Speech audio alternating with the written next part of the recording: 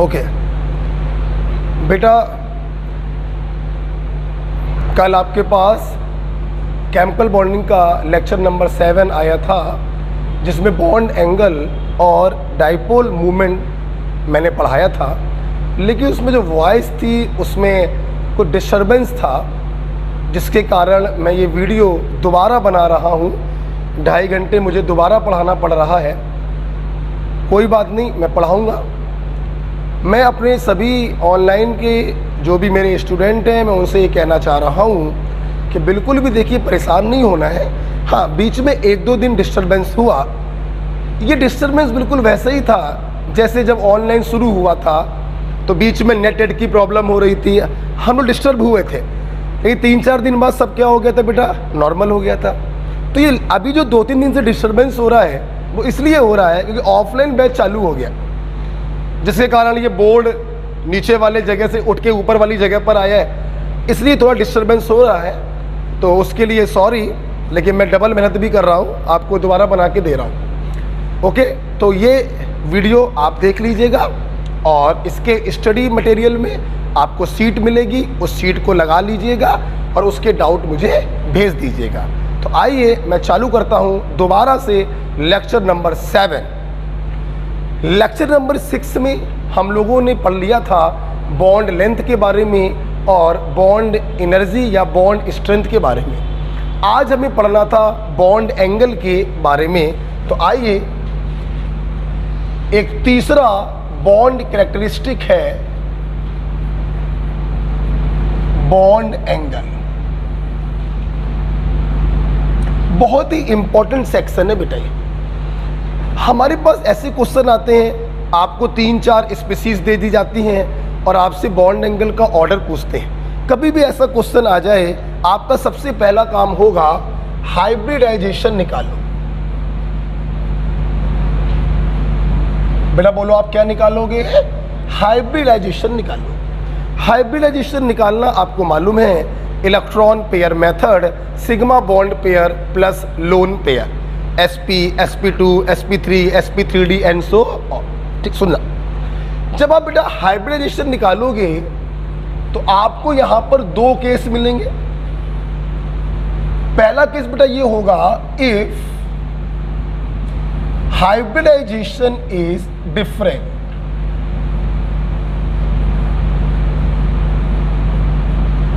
ठीक है, अगर बेटा हाइब्रिडाइजेशन डिफरेंट है तो ये बहुत ही सिंपल केस होता है, क्योंकि sp, sp2 और sp3, मैं उम्मीद करता हूँ मेरे स्टूडेंट को मालूम है sp का बॉन्ड एंगल 180, sp2 का 120 और sp3 का 109 डिग्री 28 मिनट। तो कोई भी बता देगा ये बॉन्ड एंगल सबसे ज़्यादा है और sp3 का बॉन्ड एंगल सबसे कम है।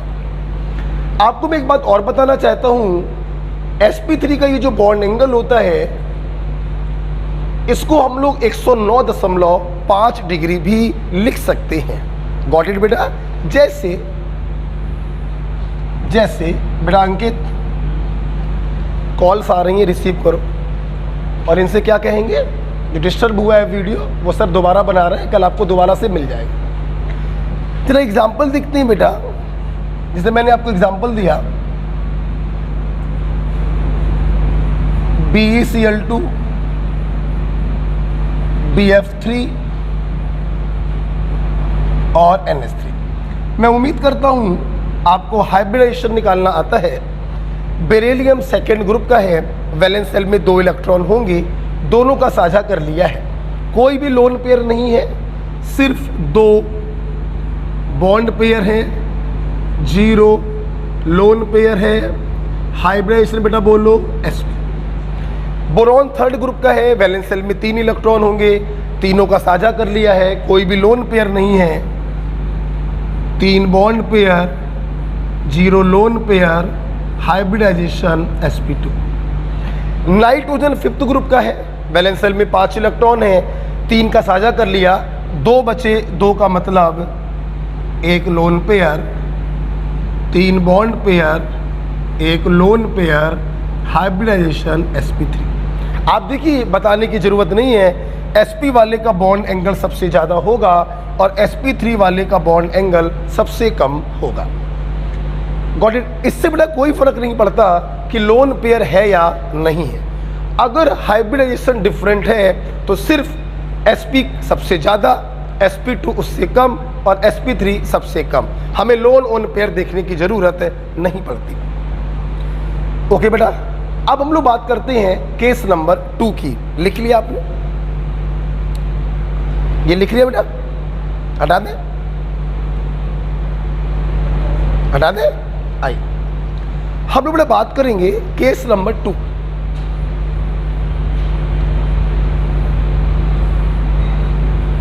केस नंबर बेटा 2 है, इफ हाइब्रिडाइजेशन इज सेम। जिनको तुम्हें कंपेयर करना है उनके हाइब्रिडाइजेशन बेटा क्या है? सेम है। ध्यान रखना बेटा, अगर हाइब्रिडाइजेशन सेम आ जाए, हाँ, ये बेटा फिर लंबा केस हो जाता है। अब जो बॉन्ड एंगल होता है वो बहुत सारे फैक्टर्स पर डिपेंड करने लगता है। आइए वन बाय वन हम लोग सारे फैक्टर को डिस्कस करें। देखिए, सबसे पहला पॉइंट बेटा ये है कि bond angle is inversely proportional to lone pair. आप ब्रैकेट बंद मत करिएगा, इसमें कई सारी चीजें हमें बतानी है। पहला फैक्टर है bond angle are inversely proportional to lone pair. समझिएगा मेरी बात। आपको जरा मैं वाटर के एग्जांपल से समझाना चाहूंगा कि लोन पेयर आने से बॉन्ड एंगल कम क्यों हो जाता है। आप देखिए, जैसे कि आपने वेस्पर थ्योरी में पढ़ा था, लोन पेयर रिपल्सन सबसे ताकतवर, लोन पेयर बॉन्ड पेयर उससे कमजोर, बॉन्ड पेयर सबसे कमजोर। इवन बॉन्ड पेयर को हम लोग रिपल्सन मानते ही नहीं है। आप देखिए, ये लोन पेयर रिपल्सन हो रहा है, जिसके कारण ये लोन पेयर थोड़ा और नीचे आ गए। फिर ये लोन पेयर के कारण lone pair bond pair repulsion होगा, जिससे ये बॉन्ड और नजदीक आ जाएंगे। जब बॉन्ड और नजदीक आ जाएंगे तो बॉन्ड एंगल क्या हो जाएगा? कम हो जाएगा। तो जैसे जैसे लोन पेयर बेटा बढ़ते जाते हैं वैसे वैसे उसका बॉन्ड एंगल जो होता है कम होता जाता है। आप देख सकते हैं लोन पेयर रिपल्सन और lone pair bond pair repulsion के कारण ये जो बॉन्ड होंगे ये काफी नजदीक आ जाएंगे, तो बॉन्ड एंगल क्या हो जाएगा? कम हो जाएगा। आइए एक एक फैक्टर को समझाते चल रहे हैं और उस पर एग्जाम्पल कराते चल रहे हैं। जैसे मैंने आपको दिया CH4 अमोनिया और वाटर। मैंने कहा इसके बॉन्ड एंगल कंपेयर करिए। सबसे पहला काम होगा हाइब्रिडाइजेशन को निकालना। चारों को साझा कर लिया, 4 bond pair, 0 lone pair, hybridisation sp3। यहां पर एक लोन पेयर बचेगा, हाइब्रिडाइजेशन sp3। ऑक्सीजन छठवें ग्रुप का है, 2 का साझा कर लिया, 4 बचे, 2 bond pair, 2 lone pair, hybridisation sp3। Okay, आप लोग देख सकते हैं बेटा हाइब्रिडाइजेशन तीनों का क्या है? सेम। तो केस नंबर 2 बनेगा। हम देखेंगे लोन पेयर को लेफ्ट टू राइट जाने पर लोन पेयर बढ़ते जा रही हैं, तो बॉन्ड एंगल क्या होता जाएगा? कम होता जाएगा। ओके बेटा,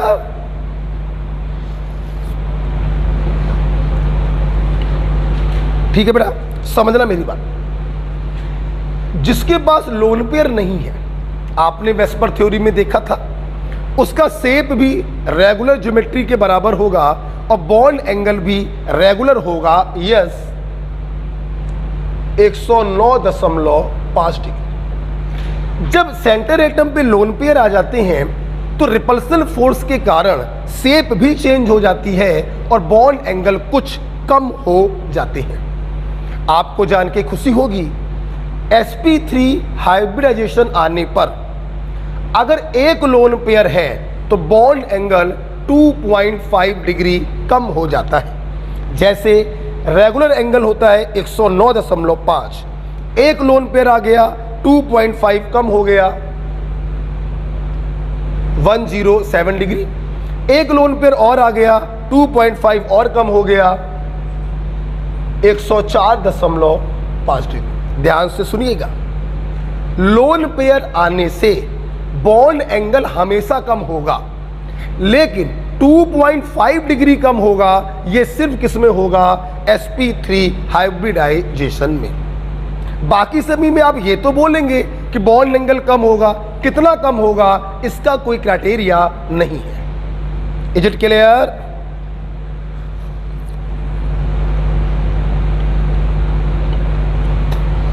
पहले एग्जाम्पल पर मुझे और एग्जाम्पल कराने हैं। पहला केस पढ़ा रहे हैं, bond angle is inversely proportional to lone pair. उम्मीद कर रहे हैं यहां से समझ में आपको आ गया होगा। ओके, क्या मैं इसको हटा दूं? हटा दूं बेटा? एग्जाम्पल नंबर 1 ही चलेगा, जिसमें खूब सारे केस कराएंगे, ठीक है? आइए दूसरा देखते हैं बेटा। एक एग्जाम्पल और लेते हैं समझाने के लिए। इसको मैंने ले लिया बेटा NH4 प्लस NH3 और NH2 माइनस। मैं उम्मीद करता हूं बॉन्ड एंगल कंपेयर करना है, हमारे बच्चों को समझ में आ गया होगा। देखिए आइए, मुंह जवानी, पेन नहीं, अमोनियम NHHHH, एक H पर प्लस, एक इलेक्ट्रॉन था वो भी चला गया, 2 इलेक्ट्रॉनों की कमी। नाइट्रोजन ने 3 के साथ सिंगल बॉन्ड बनाया, ऑक्टेट पूरा हो गया। एक लोन पेयर है जो H प्लस को क्या कर देगा? डोनेट कर देगा। तो 4 बॉन्ड पेयर हो गए और लोन पेयर क्या हो गया? खत्म हो गया। 4 बॉन्ड पेयर और 0 लोन पेयर, हाइब्रिडाइजेशन आ गया sp3। अमोनिया तो मैंने अभी अभी थोड़ी देर पहले बताया ही था, 3 bond pair, 1 lone pair, sp3। Am right? इधर देखो बेटा, इधर देखो सब लोग प्लीज। जरा सभी बच्चे पहले एक बात सुन लें। जितने बच्चे ऑनलाइन पढ़ रहे हैं, मैं कम से कम नहीं तो 100 बार बोल चुका हूं। प्लीज सभी बच्चे अपना व्हाट्सएप नंबर पर हमें अपना नाम लिखकर भेज दें प्लीज, क्योंकि मैं अपने व्हाट्सएप पर स्टेटस लगा देता हूं और आपको इंफॉर्मेशन दे देता हूं। कोचिंग से सभी बच्चों को मैसेज भेजे गए थे कि क्लास सुबह 7:30 से 10 के बजाय शाम को 5 से 7:30 हुआ करेगी, लेकिन मैसेज कुछ बच्चों को डिलीवर नहीं हो पाए। इसलिए बेटा ये ऑनलाइन क्लास है, आपको हमसे जुड़ के चलना है और जुड़ने का सबसे अच्छा तरीका है व्हाट्सएप। सो प्लीज़ बेटा आप सभी बच्चे, ये मेरा व्हाट्सएप नंबर भी है और नॉर्मल नंबर भी है, आप सभी बच्चे मुझे अपना नाम लिखकर भेज सकें ताकि मैं आपके नेम को सेव कर लूं और आपको मेरे स्टेटस दिखाई पड़ने लगे। ओके बेटा, प्लीज बेटा ध्यान रखिएगा। अच्छा चलो आ जाओ। NH2 माइनस, बोलो NHH माइनस मानेंगे इलेक्ट्रोनेगेटिव पर, 5 और 1 6, 2 की कमी 2 बॉन्ड, 2 बॉन्ड बनाए, 6 में 2 चले गए, कितने बचे? 4, 4 का मतलब 2 लोन। तो आप देखिए बेटा 2 बॉन्ड पेयर हैं, 2 लोन पेयर हैं, हाइब्रिडाइजेशन बेटा बोलो sp3।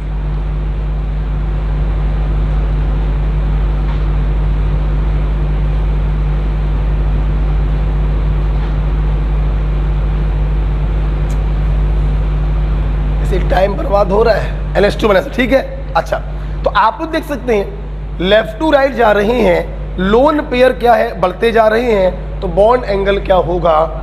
कम होता जाए। जब हाइब्रिडाइजेशन सेम होते हैं तो सबसे पहले अपन लोग देखते हैं लोन पेयर को। मेरे बच्चे क्या बताना चाहेंगे? इन तीनों में से किसका एंगल रेगुलर होगा? पहले वाले का कोई भी लोन पेयर नहीं है, एंगल रेगुलर होगा 109.5 डिग्री। sp3 में प्रत्येक लोन पेयर आने पर एंगल 2.5 कम हो जाता है 160 डिग्री, और इसका हो जाएगा लगभग 104.5 डिग्री। मैं उम्मीद करूंगा पहला एग्जाम्पल आपको समझ में आ रहा होगा। आइए पहले एग्जाम्पल में एक केस और लेते हैं। तैयार है सब लोग? आइए हटा दे बेटा। आइए पहले में एक केस और लेते हैं, बहुत ही इंपॉर्टेंट केस है, ध्यान देंगे बेटा। NO2 प्लस NO2 और NO2 माइनस। ओके, आगे देखते हैं। हमने आपसे पूछा बॉन्ड एंगल का ऑर्डर क्या होगा। अभी इसके पहले वाले एग्जाम्पल में देखा प्लस का न्यूट्रल से ज़्यादा और न्यूट्रल का नेगेटिव से ज़्यादा। खैर मैं दिखाऊंगा, आओ चलो मैं यहां पर अपने बच्चों को चित्र बनाकर दिखाता हूं। ठीक, आओ। Pick up the centre element, place other element equally around it, positive charge assumed over electropositive. 5 होते हैं, एक चला गया, कितने बचे? 4। कितने कमी? 4। कितने बॉन्ड बनाएगा? 4। 2 इधर 2 इधर। क्या कोई लोन पेयर है? नहीं। 2 sigma bond pair, 0 lone pair, hybridisation sp, angle होगा रेगुलर 180 डिग्री। कोई प्रॉब्लम किसी को नहीं हो रही। ओके, पहले मन कर बे, सामने देखो, रुक जाओ, पहले इसको निपटा देते हैं। n a को 2 नेगेटिव एज्यूम्ड ओवर इलेक्ट्रोनेगेटिव, ये एक बॉन्ड बनाएगा, ये 2 बॉन्ड बनाएगा, ये 3 बॉन्ड। एक क्या बच गया बे? कोई दिक्कत तो नहीं? कितने बॉन्ड पेयर है? 2। Lone pair 1, hybridisation sp2। Angle sp2 का रेगुलर एंगल होता है 120 डिग्री। क्या होता है? लेकिन यहां पर चूंकि एक लोन पेयर आ गया तो एंगल जो होगा वो 120 से कुछ कम हो जाएगा। लोन पेयर आने पर हाइब्रिडाइजेशन चाहे कुछ भी हो, एंगल कुछ क्या हो जाता है? कम। अगर लोन पेयर ना होता तो sp2 का एंगल होता 120 डिग्री। लोन पेयर आ गया है, एंगल थोड़ा सा कम हो जाएगा। Got it. अब आते हैं इस पे। बंद कर दो पेन कॉपी और नजरें रखो सामने, कुछ नया सीखने जा रहे हैं आप। देखिए, आपको अगर याद होगा जब मैं ऑक्टेट थ्योरी पढ़ा रहा था, ऑक्टेट रूल, तो वहां पर एक लिमिटेशन लिखवाई थी ऑक्टेट रूल की, ऑड इलेक्ट्रॉन स्पीसीज।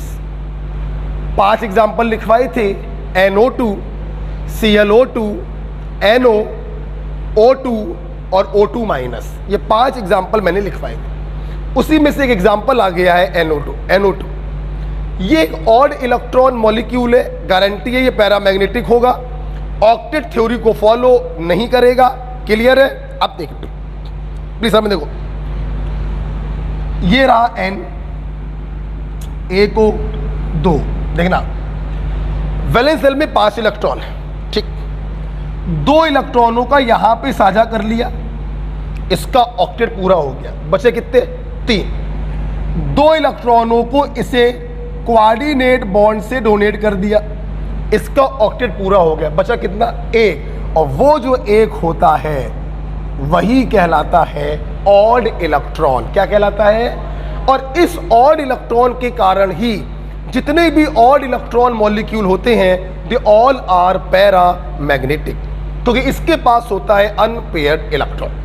फिर से मेरे बच्चे देखेंगे, 5 थे, 2 दे दिए, बचे 3। 3 में से 2 का O के साथ साझा कर लिया, बचा 1, और ये 1 बन जाएगा ऑड इलेक्ट्रॉन। मैं अपने बच्चों को बताना चाहूंगा, जब हाइब्रिडाइजेशन निकालते हैं तो ध्यान रखिएगा, इस ऑड इलेक्ट्रॉन को कभी कभी ऐसे लोन पेयर मान भी लेते हैं और कभी कभी ऐसे लोन पेयर नहीं मानते। इसके बेटा 3 रूल होते हैं, कब लोन पेयर मानेंगे कब लोन पेयर नहीं मानेंगे, इसके 3 रूल होते हैं। मैं लास्ट ईयर बहुत एडवांस थ्योरी पढ़ाता था, पेपर को देखते हुए थोड़ी थ्योरी कम कर रही।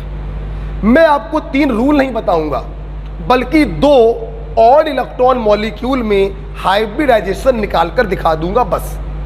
ओके, जैसे 2 सिग्मा बॉन्ड पेयर, इस ऑड इलेक्ट्रॉन को यहां पर लोन पेयर की तरह ट्रीट करेंगे तो 2 और 1 3, हाइब्रिडाइजेशन बेटा बोलो क्या आ गया, sp2। ध्यान से मेरी बात सुनिएगा, ध्यान से मेरी बात सुनिएगा। ऑड इलेक्ट्रॉन जो मॉलिक्यूल होते हैं, इनका जो एंगल होता है, हम इसके बारे में कुछ नहीं कह सकते। वैसे तो 120 होना चाहिए रेगुलर एंगल, अगर ये इस पर रिपल्सन लगाए तो 120 से कुछ कम हो जाना चाहिए, लेकिन आपको विश्वास नहीं होगा, NO2 का जो एंगल होता है वो रेगुलर एंगल से थोड़ा सा ज्यादा हो जाता है, 132 डिग्री। ध्यान रखिएगा इस चीज को। NO2 ऑड इलेक्ट्रॉन मॉलिक्यूल है, sp2 हाइब्रिडाइज है, रेगुलर एंगल होता है 120। हमें लग रहा है रिपल्सन के कारण एंगल कुछ कम हो जाना चाहिए, लेकिन इसका एंगल कुछ ज्यादा हो जाता है। मैं इसका रीजन बता सकता हूं, क्योंकि ये ऑड इलेक्ट्रॉन जो होता है वो रिजोनेंस में इन्वॉल्व हो जाता है, लेकिन मैं बताने का कोई जरूरत नहीं समझता। तो आप बताओ, ये sp था, इसमें कोई संदेह नहीं, sp का एंगल sp2 वालों से ज्यादा होगा। अब ये दोनों sp2 में एक 132 है और एक लेस देन 120 है। Is it clear? प्लीज लिखिए मत, लिखिए नहीं बेटा। हमने ऑड इलेक्ट्रॉन का एक ऐसा एग्जाम्पल करवाया NO2, जिसमें ऑड इलेक्ट्रॉन को ऐसे लोन पेयर मानकर हम हाइब्रिडाइजेशन में काउंट कर रहे हैं। Am right? अब मैं एक एग्जाम्पल ऐसा करवा दे रहा हूं जिसमें ऑड इलेक्ट्रॉन को लोन पेयर की तरह ट्रीट नहीं किया जाता। इसको सेव रखिए और हाशिए में कहीं लिख लीजिएगा, यहां कर रहा हूं, हाशिए में कहीं लिख लें, देखो ClO2, ये भी तो ऑड इलेक्ट्रॉन मॉलिक्यूल है, सबको मालूम है। देखिए Cl, बिल्कुल ऐसे ही पढ़ाएंगे, देखना 7 इलेक्ट्रॉन थे, 2 का साझा कर लिया, कितने बचे हुए? 5। ये खुश हो गया, 5 में से 2 इसको डोनेट कर दिए, ये खुश हो गया। 5 में 2 कितने बचे? 3। 3 का मतलब एक तो हो गया लोन पेयर और एक हो गया odd electron. Is it clear? अगर हम ध्यान से देखें तो 2 बॉन्ड पेयर हैं। जब लोन पेयर के साथ ऑड इलेक्ट्रॉन हो तो हम इसको हाइब्रिडाइजेशन में काउंट नहीं करेंगे। ये हाइब्रिडाइजेशन में काउंट नहीं किया जाएगा। 2 बॉन्ड पेयर, एक लोन पेयर, हाइब्रिडाइजेशन sp2 बेटा होगा।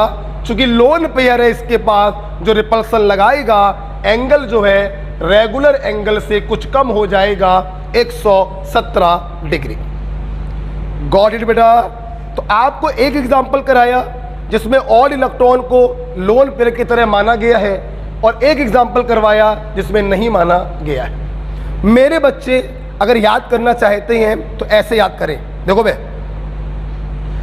अगर लोन पेयर अकेला है तो ऐसे लोन पेयर मान लेना ऑड इलेक्ट्रॉन को, और अगर ऑड इलेक्ट्रॉन के साथ लोन पेयर भी है तो हम इसको काउंट नहीं करेंगे। ये कोई रूल नहीं है। रूल तो 3 अलग से होते हैं जो मैं बताने के मूड में नहीं हूं। हमें 50 पन्ने कम करने हैं, हाई फाई चीजों का पढ़ने का कोई मतलब बेटा इस समय नहीं है। हमने 2 केस फिर भी करा दिए आपको, NO2 का केस करा दिया और ClO2 का केस करा दिया। ओके बेटा, चलिए। तो आज मेरे बच्चों ने हाइब्रिडाइजेशन सेम होने पर बॉन्ड एंगल लोन पेयर पर कैसे डिपेंड करता है ये पढ़ा। ओके बेटा, जिसमें मैंने यहीं पर लगे हाथ ऑड इलेक्ट्रॉन मॉलिक्यूल के 2 केस करवा दिए। NO2 जहां इसको लोन पेयर मानेंगे और ClO2 जहां इसको लोन पेयर नहीं मानेंगे। ओके, यहां पर देखिए चूंकि लोन पेयर है, गारंटी है जो एंगल होगा वो रेगुलर एंगल से कुछ कम होगा, 120 से कुछ कम हो गया। यहां पर ऑड इलेक्ट्रॉन रिजोनेंस में इन्वॉल्व हो जाता है, जिसके कारण इसका एंगल रेगुलर से भी ज्यादा हो जाता है, 120 से भी ज्यादा हो गया, 132 डिग्री। ओके बेटा, हो रही बात? ओके, आपको मैं बता के खुशी होगी, जितने भी ऑड इलेक्ट्रॉन मॉलिक्यूल होते हैं सभी में ये ऑड इलेक्ट्रॉन रिजोनेंस में इन्वॉल्व होता है। ClO2 is the only example जहां पर ये ऑड इलेक्ट्रॉन रिजोनेंस में डिलोकलाइज नहीं होता। लिख लो, बोल दिया है, here odd electron not delocalized. Not delocalize का मतलब not involve in resonance. ClO2 एक ऐसा एग्जाम्पल है जिसमें ऑड इलेक्ट्रॉन रिजोनेंस में इन्वॉल्व नहीं होता, डिलोकलाइज नहीं होता। ओके, चलिए, अगर बेटा मान लो कुछ एग्जाम्पल ऐसे आ जाएं जिसमें लोन पेयर से काम ना चल पाए, सबके पास बराबर लोन पेयर है, तो हम लोग दूसरे फैक्टर की तरफ जाएंगे। हटा दें इसको।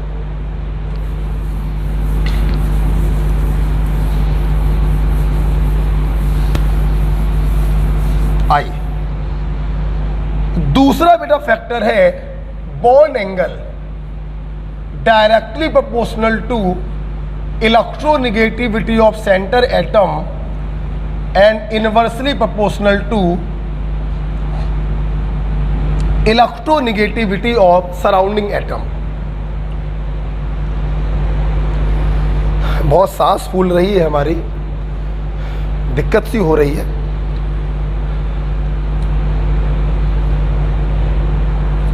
जरा देखेंगे सब लोग। देखिए बेटा, इसको डिस्कस करने से पहले एक बहुत ही इंपॉर्टेंट बात मैं आपको बता दूं। इलेक्ट्रोनेगेटिविटी का प्रभाव बॉन्ड एंगल पर सिर्फ तब पड़ता है जब सेंटर एटम पर लोन पेयर होता है। बोलो क्या होता है?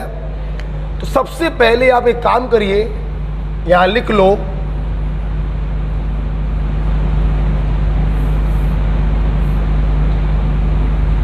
it affect bond angle only when center atom have lone pair। जब सेंटर एटम पे लोन पेयर होगा, सिर्फ उसी सूरत में इलेक्ट्रोनेगेटिविटी का प्रभाव बॉन्ड एंगल पर पड़ेगा। आइए, इसके एग्जाम्पल कराने से पहले हम इसको समझाना भी चाहेंगे। दूसरे एग्जाम्पल करने जा रहे हैं, उससे पहले मैं ये आपको समझाना चाहूंगा ऐसा कैसे हो गया। देखो, ए बी से जुड़ा है, अब समझना। माना electronegativity of centre atom is greater than electronegativity of surrounding atom. ये सेंटर है, सराउंडिंग है, ऑफ कोर्स इस पर क्या होना चाहिए?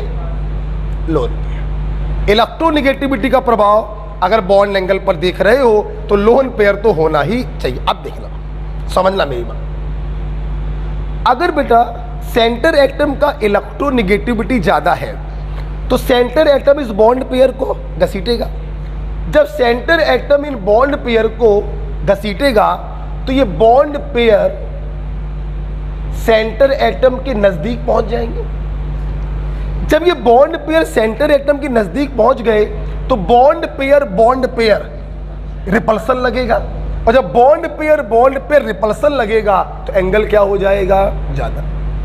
इसलिए सेंटर की इलेक्ट्रोनेगेटिविटी अगर ज्यादा होगी तो बॉन्ड पेयर रिपल्सन बढ़ जाएगा, बॉन्ड एंगल भी बढ़ जाएगा। ओके, सो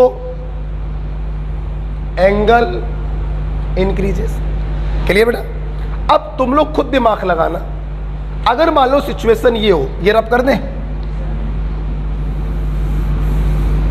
अगर मान लो सिचुएशन ये हो ए बी, सेंटर एटम पे लोन पेयर होना चाहिए तभी इलेक्ट्रोनेगेटिविटी का प्रभाव पड़ेगा। अब माना सराउंडिंग की इलेक्ट्रोनेगेटिविटी सेंटर से ज्यादा, आप बताओ अब की बार सराउंडिंग क्या करेगा? बॉन्ड पेयर को घसीटेगा, तो बॉन्ड पेयर सराउंडिंग के पास चले गए।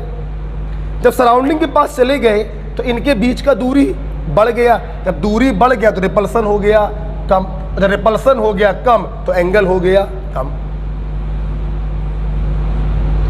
तो इस प्रकार से देखिए, सेंटर की इलेक्ट्रोनेगेटिविटी ज्यादा होने से बॉन्ड एंगल बढ़ जाता है और सराउंडिंग की ज्यादा होने से बॉन्ड एंगल घट जाता है।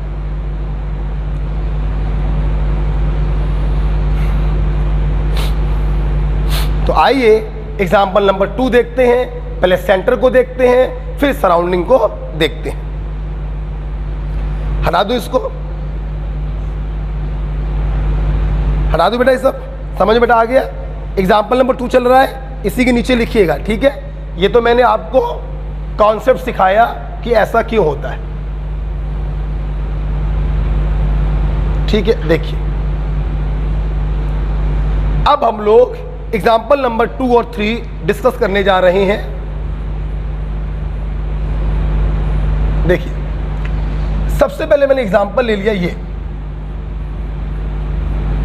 NH3 PS3 ASS3 SBS3 और BIS3। अगर मेरे बच्चे ध्यान से देखें, यहां पर ये 5th ग्रुप के हाइड्राइड है। नाइट्रोजन पर भी एक लोन पेयर होगा, फास्फोरस भी उसी ग्रुप का है, एक लोन पेयर होगा। आर्सेनिक पर भी एक लोन पेयर होगा, बिस्मथ पर भी एक लोन पेयर होगा, सब एक ही ग्रुप के। और सबका हाइब्रिडाइजेशन क्या है? sp3। यार हाइब्रिडाइजेशन तो सेम है, क्या करें? सबसे पहले देखेंगे लोन पेयर से। अबे लोन पेयर भी क्या है? सेम है। अब किससे देखेंगे? इलेक्ट्रोनेगेटिविटी से। मेरे बच्चे बताएं, अंतर सेंटर में पड़ रहा या सराउंडिंग में? आपने पीरियोडिक टेबल में पढ़ा, ऊपर से नीचे जाने पर जैसे जैसे साइज बढ़ता जाता है वैसे वैसे फोर्स ऑफ अट्रैक्शन कम होता जाता है, मतलब इलेक्ट्रोनेगेटिविटी कम होता जाता है। कहने का मतलब ये है, नाइट्रोजन से बिस्मथ की तरफ जाओगे तो सेंटर एटम का इलेक्ट्रोनेगेटिविटी कम होता जाएगा, इसलिए बॉन्ड एंगल भी कम होता जाएगा। अमोनिया का बॉन्ड एंगल सबसे कम होगा और बिस्मथीन का अमोनिया का सबसे ज्यादा होगा और बिस्मथीन का सबसे कम होगा, ठीक है।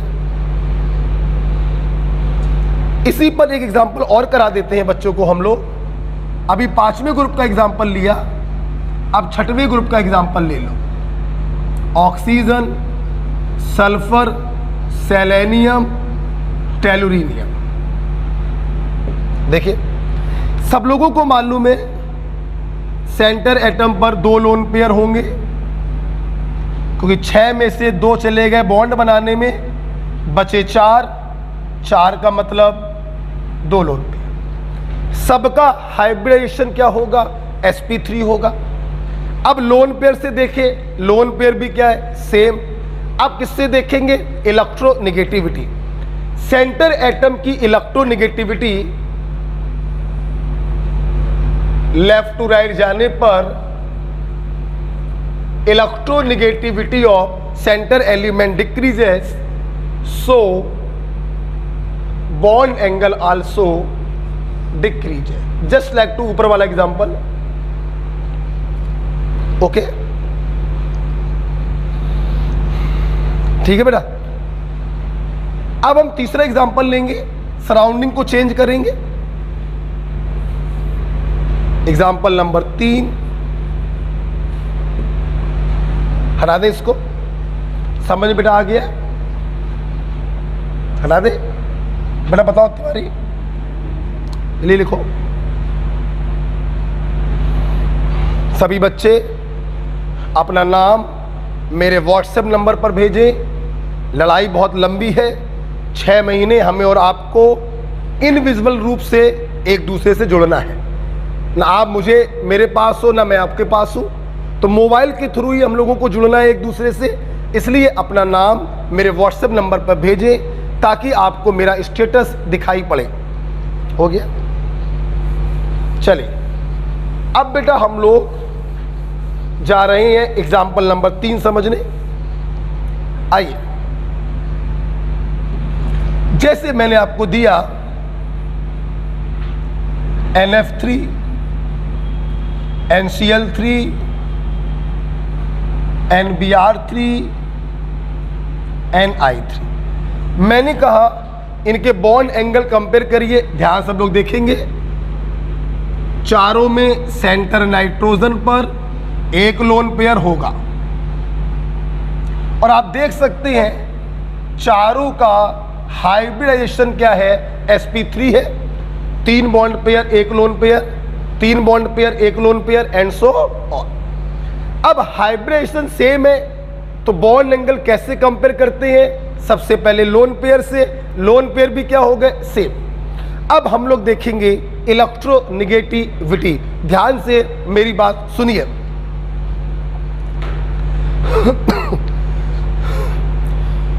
सुनना, सेंटर एटम चारों में क्या है? सेम।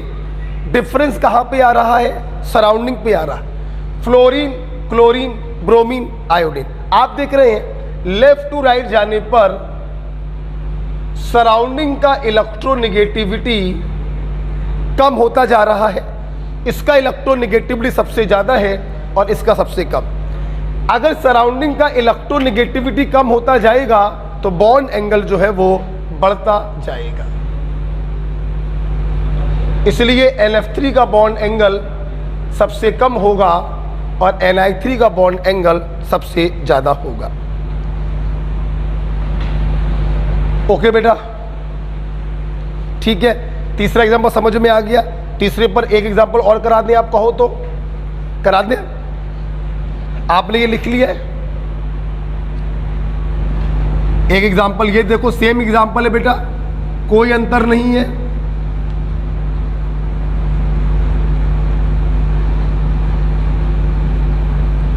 आप ध्यान से देखें, कोई अंतर नहीं है। N की जगह पर फास्फोरस ले लिया है, दोनों सेम ग्रुप के हैं। हाइब्रिडाइजेशन sp3 होगा, एक लोन पेयर है। अब किसको देखेंगे? इलेक्ट्रोनेगेटिविटी को देखेंगे। हमारे बच्चे देख सकते हैं सेंटर में अंतर नहीं आ रहा है, अंतर आ रहा है सराउंडिंग में। सराउंडिंग की इलेक्ट्रोनेगेटिविटी सबसे ज़्यादा, बॉन्ड एंगल सबसे कम। सराउंडिंग की इलेक्ट्रोनेगेटिविटी सबसे कम, बॉन्ड एंगल सबसे ज़्यादा। This is the order of bond angle.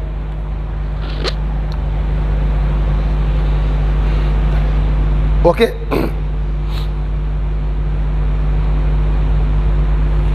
ठीक है बेटा।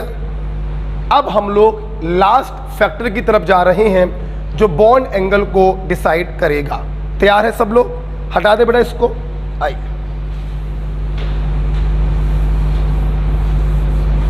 चौथे एग्जाम्पल की तरफ हम लोग जा रहे हैं। देखिए, लिखेंगे नहीं, देखेंगे सब लोग। पेन कॉपी बंद कर दो, एग्जाम्पल को फील करो। वाटर, H हटा के 2 Br लगा दिए,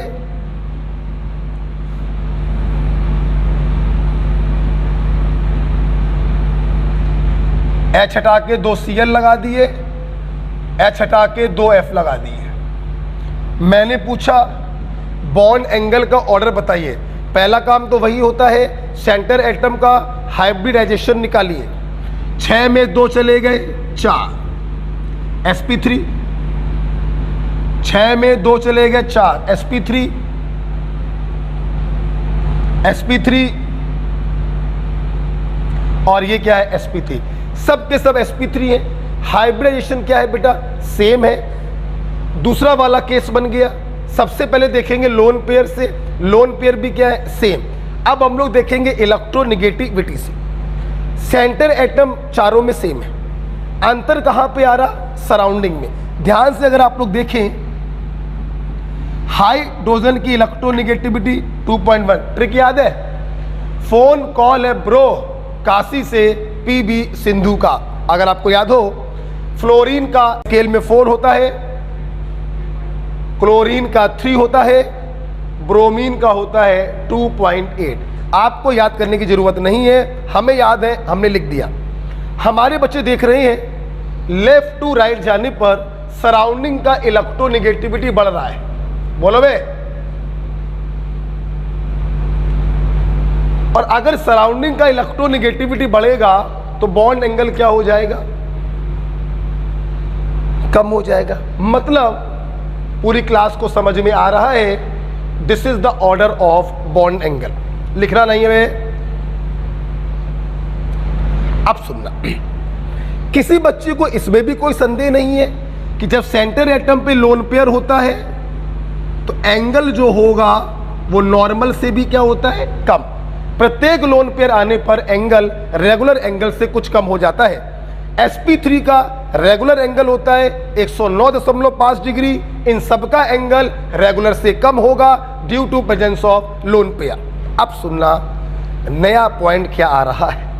अभी तक तो सब पुराना कर लिया, नया पॉइंट देखिए और समझिए। ऐसा बेटा देखा गया है कि OBr2 और OCl2, इनके जो बेटा एंगल होते हैं वो नॉर्मल एंगल से भी ज्यादा हो जाते हैं। आप देख सकते हैं रूल के मुताबिक तो इन दोनों का एंगल वाटर से भी कम होना चाहिए, लेकिन इन दोनों का एंगल ना सिर्फ वाटर से बल्कि रेगुलर एंगल से भी क्या हो गया? ज्यादा। OCl2 111 डिग्री होता है और OBr2 मोर देन 111 डिग्री होता है।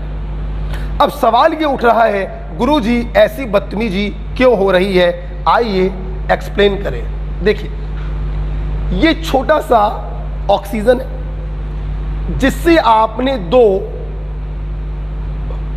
बड़े बड़े हैलोजन जोड़ दिए, ब्रोमीन और क्लोरीन, नॉट फ्लोरीन। फ्लोरीन बड़ा नहीं होता है, ऑक्सीजन भी सेकंड पीरियड का है, फ्लोरीन भी सेकंड पीरियड का है, इनका साइज तो ऑलमोस्ट बराबर। ब्रोमीन और क्लोरीन काफी बड़े बड़े होते हैं। तो बड़े बड़े होने से होता क्या है बेटा? इन बड़े बड़े हैलोजनों में आपस में लगने लगता है रिपल्शन।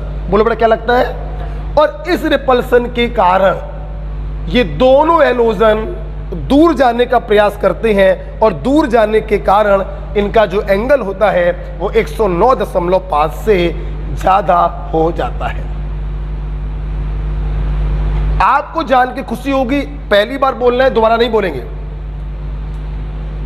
जगह के कारण होने वाली लड़ाई को केमिस्ट्री में स्टेरिक हिंड्रेंस कहते हैं। बोलो क्या कहते हैं? Steric hindrance.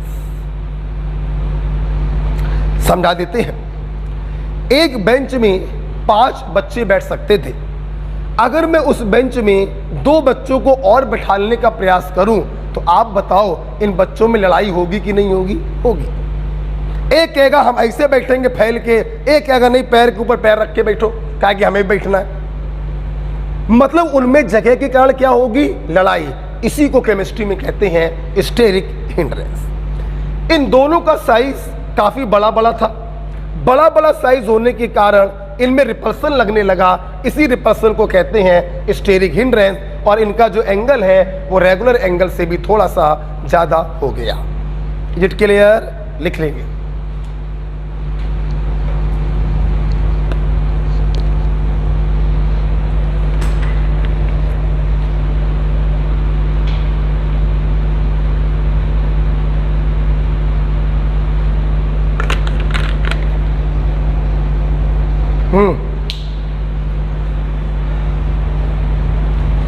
ओके बेटा,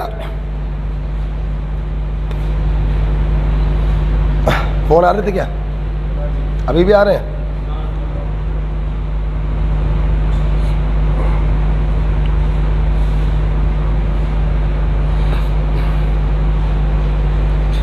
मैं उम्मीद करूंगा मेरे छात्रों को ये समझ में आ गया है।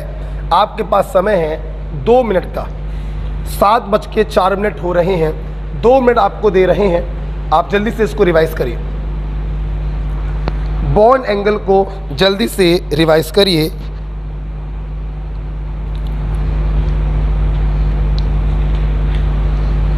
बहुत ही, तो बेटा रुक जाओ, लिखना तो भूल ही गए। तो स्टेरिक हिंड्रेंस के कारण बॉन्ड एंगल बढ़ रहा है ना, तो लास्ट फैक्टर लिख लो, लिखना तो भूल ही गए थे, directly proportional to steric hindrance. ठीक है, लास्ट फैक्टर है स्टेरिक हिंड्रेंस जो बॉन्ड एंगल को बढ़ा देता है। अब आप रिवाइज कर सकते हैं 2 मिनट।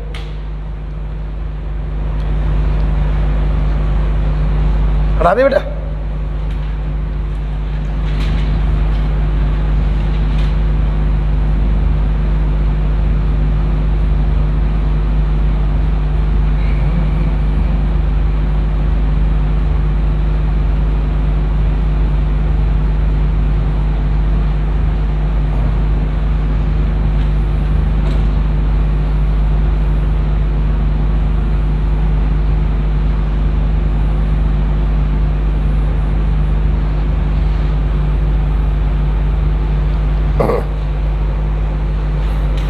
हेलो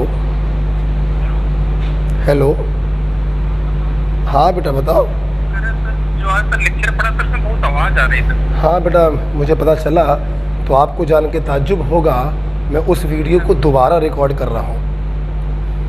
2.5 घंटे की मेहनत दोबारा कर रहा हूँ। कल आपको सेम टाइम पे सही आवाज़ वाला वीडियो मिल जाएगा। सर ऐसे सर हमेशा कल रिकॉर्डेड पड़ेगा सर? हाँ रिकॉर्डेड ही पड़ेगा बेटा, उसमें क्या दिक्कत है, पहले भी तो रिकॉर्ड पर चलता था। ठीक है, तो कल बेटा क्लास में बाद में बात कर। ठीक सर। जल्दी से रिवाइज करेंगे, 1 मिनट और दे रहे हैं आपको।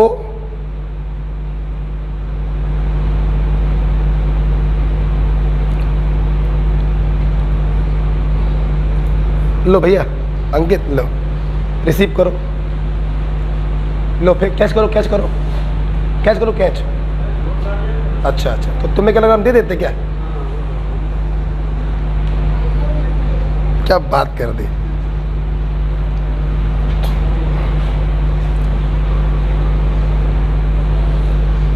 जल्दी से रिवाइज करेंगे, नो प्रॉब्लम, आराम से पढ़ेंगे, कोई जल्दीबाजी नहीं है।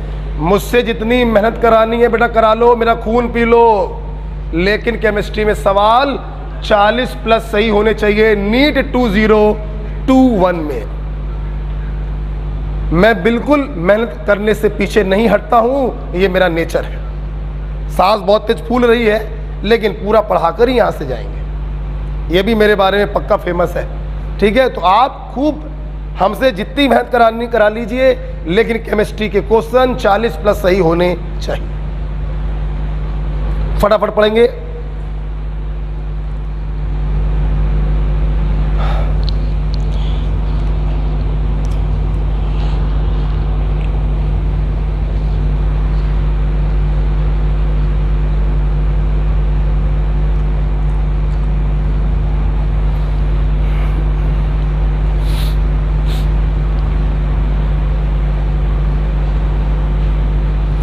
आइए, लगभग 3 मिनट आपको दे दिए। क्या आपने बॉन्ड एंगल देख लिया? सबसे पहले हम लोग क्या निकालते हैं? हाइब्रिडाइजेशन निकालते हैं। अगर हाइब्रिडाइजेशन डिफरेंट है तो नॉर्मल केस बन गया, sp का सबसे ज़्यादा, sp2 का उससे कम, sp3 का उससे कम। लेकिन अगर हाइब्रिडाइजेशन क्या होता है बेटा, सेम होता है, तो ध्यान रखना यहाँ पर 3 फैक्टर पिक्चर में आएंगे। पहले लोन पेयर आएगा, फिर इलेक्ट्रोनेगेटिविटी आएगा, और फिर स्टेरिक हिंड्रेंस आएगा। ध्यान रखिएगा, इलेक्ट्रोनेगेटिविटी का प्रभाव एंगल पर सिर्फ तब पड़ता है जब सेंटर एटम पे लोन पेयर होते हैं। तो जस्ट ए मिनट, ये हेडिंग पढ़ने से पहले एक सवाल जरा करिए हाशिए पर, जरा हाशिए पे एक सवाल करके दिखाइए।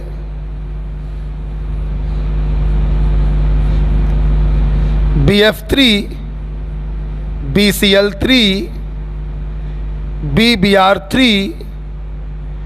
और BI3। जब देखते कौन बताएगा इनके बॉन्ड एंगल का ऑर्डर क्या होगा। बॉन्ड एंगल का ऑर्डर क्या होगा? सब के सब आप देख सकते हैं sp2 हाइब्रिडाइज हैं। जल्दी से बता दो बॉन्ड एंगल का ऑर्डर क्या होगा।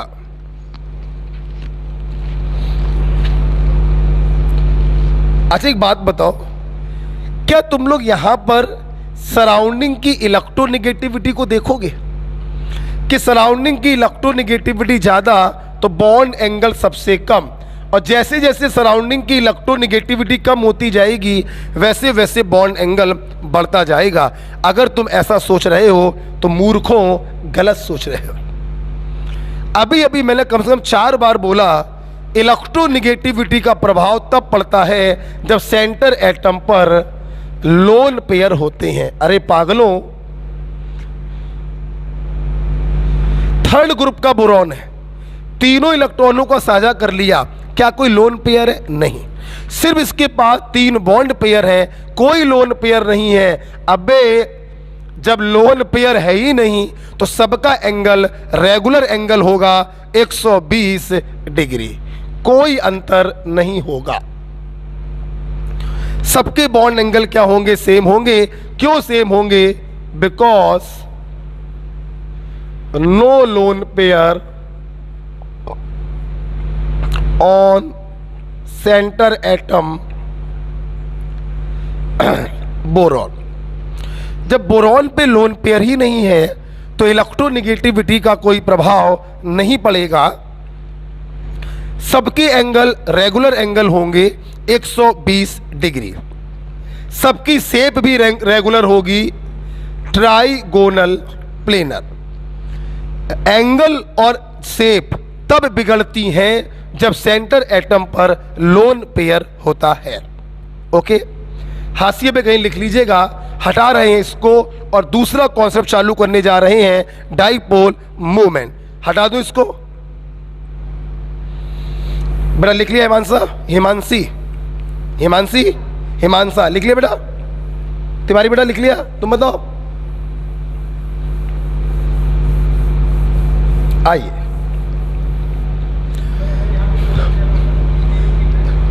अगर यहां पे लोन पेयर आ जाता तो फिर सराउंडिंग की इलेक्ट्रोनेगेटिविटी से चेक करते। स्टेरिक हिंड्रेंस जहां पे मैंने बताया वहीं पे लगाइए। मैंने स्टेरिक हिंड्रेंस बताया है OBr2 और OCl2 में, 2 ही जगह लगाएंगे और कहीं नहीं लगाएंगे। ठीक है, आइए, क्या आप बच्चों को याद है जब मैं आपको कोवेलेंट बॉन्ड पढ़ा रहा था तो वहां पे मैंने डाइपोल मूवमेंट के बारे में बताया था। प्लस माइनस, जब कोई बॉन्ड पोलर होता है तो प्लस और माइनस चार्ज आ जाता है और एक डाइपोल का फॉर्मेशन हो जाता है। Is it clear? अब सुनना, उसी बेटा डाइपोल मूवमेंट के आधार पर हम लोग मॉलिक्यूल को 2 भागों में क्लासिफाई करते हैं। पहला बेटा होता है नॉन पोलर मॉलिक्यूल, या इन्हीं को बेटा हम लोग कहते हैं सिमेट्रिकल मॉलिक्यूल। और दूसरे बेटा मॉलिक्यूल होते हैं पोलर मॉलिक्यूल, या इनको बेटा हम लोग कहते हैं अनसिमेट्रिकल मॉलिक्यूल। देखिए बेटा, सिमेट्रिकल का मतलब ही होता है स्फेरिकल, ना कहीं पर पार्शियल पॉजिटिव होगा ना कहीं पर पार्शियल नेगेटिव होगा।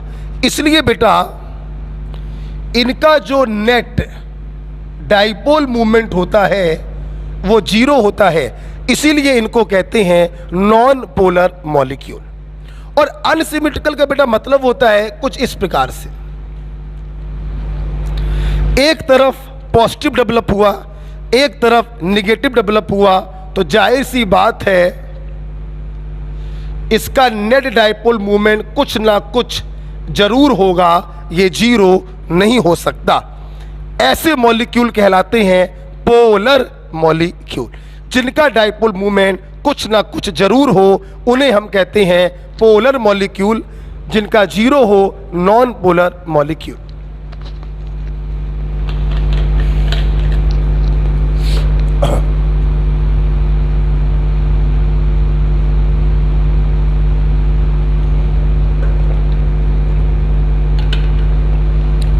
ओके बेटा, अब सुनना। सवाल बेटा ये उठ रहा है, हम कैसे पहचानेंगे हमारा मॉलिक्यूल नॉन पोलर होगा या पोलर होगा। सुनना, अगर कोई मॉलिक्यूल मेरी बताई हुई दो कंडीशन को फॉलो करेगा तो वो मॉलिक्यूल नॉन पोलर होगा। जैसे पहली कंडीशन साथ में लिखो, no lone pair on centre atom. Centre atom पे कोई लोन पेयर नहीं होना चाहिए। और दूसरा, all surrounding atom must be same. All surrounding atom must be same. अगर कोई मॉलिक्यूल मेरी इन दोनों कंडीशन को फॉलो करेगा तो वो नॉन पोलर होगा, और दोनों में से किसी एक को भी फॉलो नहीं किया तो पोलर हो जाएगा। आइए अपने बच्चों को एग्जाम्पल के द्वारा समझाएं। क्या ये लिख लिया? तुम बताओ बेटा। हाँ लिखो लिखो, सब हमें बताओ ना, कहाँ हो गया कहाँ नहीं हुआ है, लिखो फटाक से। सेंटर एटम पे लोन पेयर नहीं होने चाहिए और सारे सराउंडिंग एटम सेम होने चाहिए। ऐसी सूरत में वो नॉन पोलर होगा। ओके, जैसे हम एग्जाम्पल बताने जा रहे हैं। सोनम बेटा लिख लिया? ओके, आइए या ध्यान से सब लोग देखेंगे। CH4 CHCl3 ammonia BF3 carbon dioxide और वाटर। हमें पता करना था इनमें से कौन पोलर है और कौन नॉन पोलर है। देखो ये देखो, थोड़ा चेंज कर देते हैं।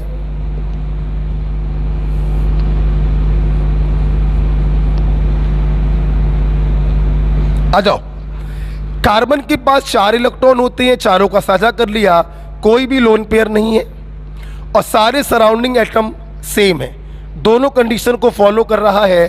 It must be non polar. इसका नेट डाइपोल मूवमेंट क्या होगा? 0 होगा। खत्म, खत्म हो गया। कार्बन ने 4 बॉन्ड बनाए तो लोन पेयर तो कार्बन पे नहीं है, लेकिन क्या सारे सराउंडिंग एटम सेम है? नहीं, 3 क्लोरीन लगे हैं, 1 हाइड्रोजन लगा है। इसने दोनों कंडीशन को फॉलो नहीं किया, मतलब ये कैसा होगा? पोलर। ओके ओके, आगे बढ़ो, बताओ पोलर या नॉन पोलर? बोलो बेटा। नाइट्रोजन 5वें ग्रुप का है, वैलेंस शेल में 5 इलेक्ट्रॉन, तीनों का साझा कर लिया, मतलब इसके पास क्या है? Lone pair. इसने पहली कंडीशन फॉलो नहीं करी, इसके पास लोन पेयर है, मतलब ये भी कैसा होगा? Polar. Okay. Boron 3rd group का, तीनों इलेक्ट्रॉनों का साझा कर लिया, लोन पेयर नहीं है, और सारे सराउंडिंग एटम क्या है? सेम, दोनों कंडीशन फॉलो कर रहा है, नॉन पोलर। अच्छा बेटा एक बात बताना, दिल पे हाथ रख के, क्या बिना लुईस डॉट स्ट्रक्चर के केमिकल बॉन्डिंग तुम्हें क्या लग रहा है पढ़ा जा सकता है? नहीं। जो अध्यापक lone pair, bond pair, sigma bond, pi bond की ट्रिक्स बताते हैं, हाइब्रिडाइजेशन निकालने की ट्रिक्स बताते हैं, सिर्फ चौपट कर रहे हैं मामले को। अरे हर क्वेश्चन का आंसर सिर्फ एक चीज से निकलता है, लुईस डॉट स्ट्रक्चर। पता नहीं क्यों हम लोग जबरदस्ती 5 5 10 10 ट्रिकों को याद करते। अब देखो भना भन काम हो रहा है। Carbon C double bond O double bond O, 4 bond बनाए, एक भी लोन पेयर नहीं, सारे surrounding atom same, non polar. Water सबको मालूम है, ऑक्सीजन पर 2 लोन पेयर होंगे, पोल। गॉट इट बेटा, एम राइट? अच्छा, अब सवाल ये उठ रहा है कि सर हमने नॉन पोलर और पोलर पहचानना तो सीख लिया। याद करिए जब आयनिक बॉन्ड में आपको पढ़ा रहा था, जहां पे मैंने लाइक डिसॉल्व लाइक पढ़ाया था, तो वहां पे बस सीधे लिखवा दिया था पोलर का एग्जांपल वाटर और एल्कोहल, और नॉन पोलर का एग्जांपल CCl4 और बेंजीन। आज आपको मैंने रीजन भी बताया ऐसा क्यों, ये पोलर क्यों है, ये नॉन पोलर क्यों। ठीक, लिख लिया? लिख लिया? पेन कर दो बंद, पेन कर दो बंद। बहुत जबरदस्त चीज समझाने जा रहा हूं, एक्सप्लेनेशन। ना समझाऊं तो कोई फर्क नहीं पड़ता है, लेकिन मैं समझाऊंगा, अपने बच्चों का दिमाग खोलने का प्रयास करूंगा, भले समय लग जाए। देखिए, अक्सर बच्चों के मन में एक सवाल आता है कि सेंटर एटम पर लोन पेयर ना होने से और सारे सराउंडिंग एटम सेम होने से ऐसा क्या हो जाता है कि नेट डाइपोल मूवमेंट 0 हो जाता है। आओ सुने, खुद समझते हैं। देखो, एक ये आदमी है, इसको एक आदमी इधर से घसीट रहा है, एक आदमी इधर से घसीट रहा है, ये आदमी 2 तरफ से घसीट रहा है, इसके इफेक्ट को ये कैंसिल कर रहा, इसके इफेक्ट को ये कैंसिल कर रहा। लेकिन ये आदमी अपनी जगह पर स्थिर तभी रहेगा जब यहां से लगा फोर्स और यहां से लगा फोर्स आपस में बराबर हो, तभी ये दोनों एक दूसरे को कैंसिल करेंगे और आदमी जहां का तहां बना रहेगा। मतलब मैंने बोला एक आदमी पर एक आदमी को 2 आदमी घसीट रहे हैं, बताइए 2 आदमी कैसे घसीटें कि बीच वाले आदमी की पोजीशन पर कोई फर्क ना पड़े। तो आप कहेंगे एक आदमी पूरब में घसीटे तो दूसरा पश्चिम में घसीटे, और दोनों के घसीटने की क्षमता भी क्या हो, बराबर, तभी उस आदमी की पोजीशन पर कोई फर्क नहीं पड़ेगा। एम आई राइट? सुनना, होता क्या है बेटा, मैं अपने बच्चों को BF3 का एग्जाम्पल देके समझाऊंगा। ध्यान देखना बेटा, सबको मालूम है BF3 नॉन पोलर है। क्यों नॉन पोलर है ये मैं समझाने जा रहा हूं। देखा सब लोग, इसके पास कोई लोन पेयर तो नहीं है। अब सुनना, लोन पेयर ना होने से फायदा क्या मिलता है कि इसका जो शेप होता है वो रेगुलर ज्योमेट्री के जैसा हो जाता है, ट्राइगोनल प्लेनर। अगर सेंटर एटम पे लोन पेयर आ जाए तो उसका जो शेप होता है वो थोड़ा सा बिगड़ जाता है। अब सवाल ये था कि शेप ना बिगड़ने से क्या फायदा मिलता है। देखिए, बोरॉन और फ्लोरीन में फ्लोरीन की इलेक्ट्रोनेगेटिविटी ज़्यादा है, तो फ्लोरीन पे आएगा माइनस और बोरॉन पे आएगा प्लस। हमने आपको बताया था केमिस्ट्री में डाइपोल की डायरेक्शन होती है +2 माइनस। सारे के सारे सराउंडिंग क्या है, फ्लोरीन है, सबका मैग्नीट्यूड क्या होगा, सेम। इन दोनों का जो रिजल्टेंट आएगा वो कुछ ऐसे आएगा, और ये रिजल्टेंट इस डाइपोल को क्या कर देगा, कैंसल। तो सारे डाइपोल कैंसल हो गए, तो इसका नेट डाइपोल मूवमेंट क्या हो गया, 0 हो गया। इसीलिए ये मॉलिक्यूल पोलर नहीं नॉन पोलर होगा। प्लीज लिखो मत, समझो। लोन पेयर ना होने से शेप रेगुलर होती है। शेप रेगुलर होने से सारे फोर्स अपोजिट डायरेक्शन में लगने लगते हैं, एक दूसरे को कैंसिल करने के लिए बेताब। रेगुलर ज्योमेट्री का यह फायदा। और सराउंडिंग एटम सेम होने का फायदा यह मिलता है कि इन फोर्सेस का मैग्नीट्यूड आपस में बराबर हो जाता है, एक दूसरे को कैंसिल कर देते हैं, नेट डाइपोल मूवमेंट जीरो हो जाता है। तुम लोग सोच के बताओ, अगर इस आदमी को इधर घसीटू 5 न्यूटन से और इधर घसीटू 2 न्यूटन से, तो क्या यह आदमी अपनी जगह पर स्थिर रहेगा? नहीं। इसने इसको कैंसिल तो किया, लेकिन थोड़ा सा ये बच गया, तो ये आदमी क्या करेगा? राइट साइड पर शिफ्ट होना चालू कर देगा। अगर ये अपनी जगह पर मेंटेन रहना चाहता है तो सिर्फ अपोजिट होने से काम नहीं चलेगा, उनका मैग्नीट्यूड भी क्या होना चाहिए? सेम। और मैग्नीट्यूड सेम तभी होगा जब सराउंडिंग एटम क्या होंगे? सेम। Got it? अभी क्लियर हुआ? वो 2 पॉइंट मैंने क्यों पढ़ाए? फिर से बोलो, सोचो। लोन पेयर नहीं होने से क्या फायदा है?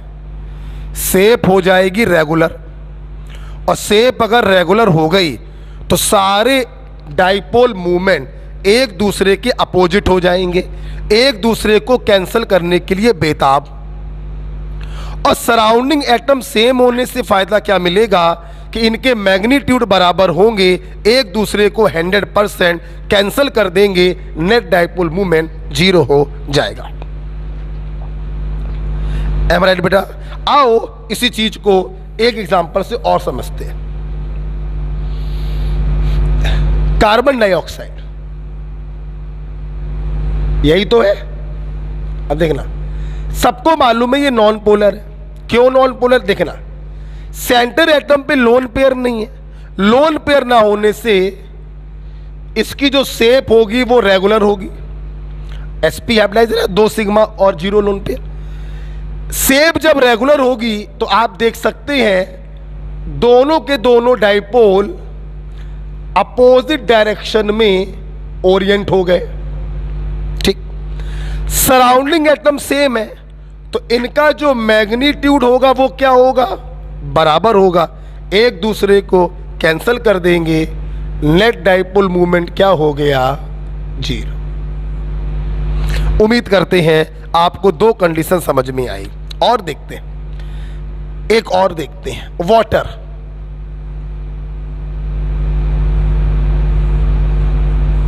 लोन पेयर है। लोन पेयर होने से आप देखिए इसका जो शेप है वो रेगुलर टेट्राहेड्रल नहीं होगा, इसका शेप हो गया एंगुलर। क्या हो गया? एंगुलर। तो लोन पेयर होने से शेप थोड़ा सा बिगड़ गया, और शेप बिगड़ने से अब जरा सब लोग देखें, क्या इनके डाइपोल अपोजिट डायरेक्शन में है? क्या तुम्हें ये दोनों अपोजिट दिखाई पड़ रहे हैं? नहीं। क्या ये दोनों एक दूसरे को कैंसिल करेंगे? नहीं। क्या इनका डाइपोल मूवमेंट जीरो होगा? नहीं। तो लोन पेयर आने से ये लफड़ा हो जाता है। आपने फिजिक्स में पढ़ा होगा, वेक्टर को अगर पैरेलल शिफ्ट कर दें तो उस पर कोई फर्क नहीं पड़ता। आप देखिएगा, इसको ऐसे लिख दें,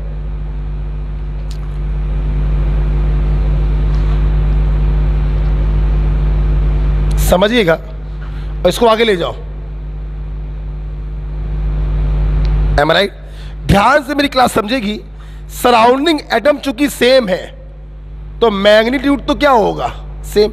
लेकिन लोन पेयर होने के कारण शेप रेगुलर नहीं है, ये दोनों एक दूसरे को कैंसिल नहीं कर सकते, इनका रिजल्टेंट जो होगा कुछ ऐसा आएगा। तो आप बताओ, क्या नेट डाइपोल मूवमेंट जीरो हुआ? नहीं हुआ। और जब नेट डाइपोल मूवमेंट जीरो नहीं है तो मॉलिक्यूल कैसा होगा? पोलर होगा।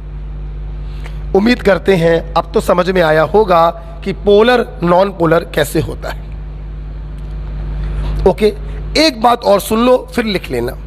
देखिए देखिए, एक बात सुनना है, लिखना नहीं है। एक शब्द होता है बेटा बॉन्ड मूवमेंट, और एक शब्द होता है डाइपोल मूवमेंट। सुनना बेटा,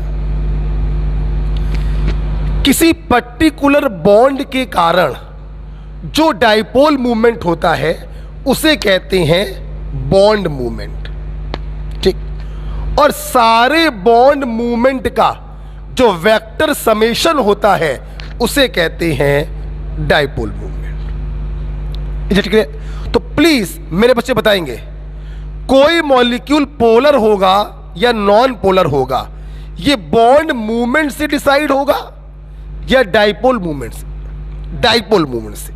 बॉन्ड मूवमेंट तो हर किसी के पास हो सकता है, लेकिन डाइपोल मूवमेंट हर किसी के पास नहीं हो सकता। इसका नेट डाइपोल मूवमेंट 0 आ रहा है तो ये हो गया नॉन पोलर, और इसका नेट डाइपोल मूवमेंट 0 नहीं आ रहा है तो ये हो गया पोलर। तो ध्यान रखिएगा, एक बॉन्ड का जो डाइपोल मूवमेंट होता है उसे कहते हैं बॉन्ड मूवमेंट, जो पोलर नॉन पोलर को डिसाइड नहीं करता। सारे बॉन्ड मूवमेंट का जो वेक्टर समेशन होता है उसे कहते हैं नेट डाइपोल मूवमेंट, जो पोलर और नॉन पोलर को डिसाइड करता है। ओके, अब आप लिख सकते हैं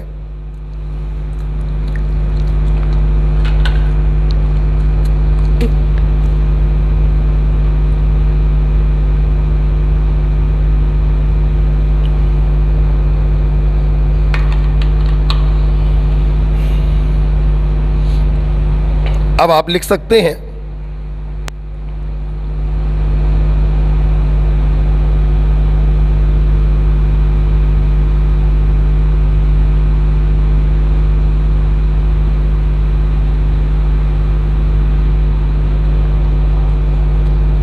एक्सप्लेनेशन बहुत ही खास होता है। मैं एक्सप्लेन हमेशा करता हूं, बहुत जरूरी है इसको एक्सप्लेन करना।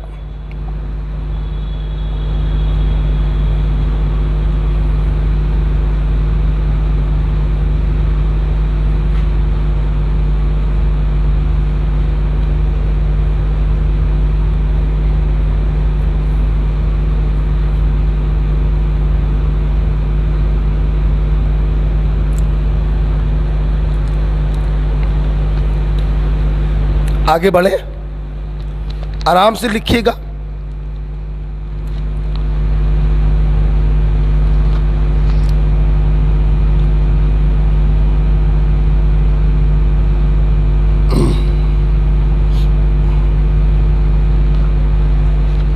लिख लिया बेटा, चले। आइए जरा इसके आगे हम लोग चलते हैं। जब ये मैं अपने बच्चों को पढ़ा देता हूं तो यहां पर 3-4 नोट हम आपको बताना चाहेंगे। आइए, हटाए बेटा, हटाए। आइए, नोट नंबर 1,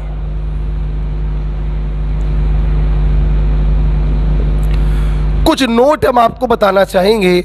आइए नोट नंबर 1 देखें। देखना बेटा, अभी अभी आपने देखा जब सेंटर एटम पर लोन पेयर आ जाता है तो उसका जो शेप होता है वो रेगुलर ज्योमेट्री से चेंज हो जाता है, जिसके कारण सारे बॉन्ड मूवमेंट एक दूसरे के अपोजिट नहीं हो पाते हैं, डाइपोल मूवमेंट 0 नहीं हो पाता है और मॉलिक्यूल हो जाता है polar.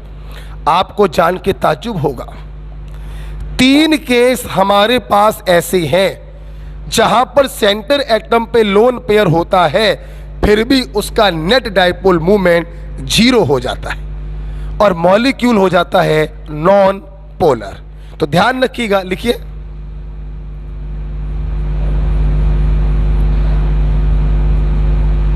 Three cases where center atom have lone pair,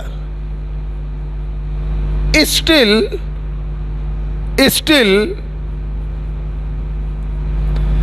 molecule is non-polar,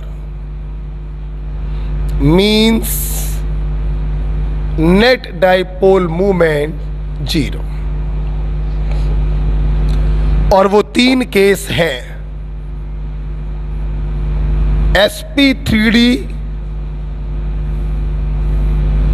with linear geometry. मेरे बच्चे जानते हैं sp3d लीनियर तभी हो सकता है जब 5 में से 2 बन जाएं, 3 बन जाएं लोन पेयर।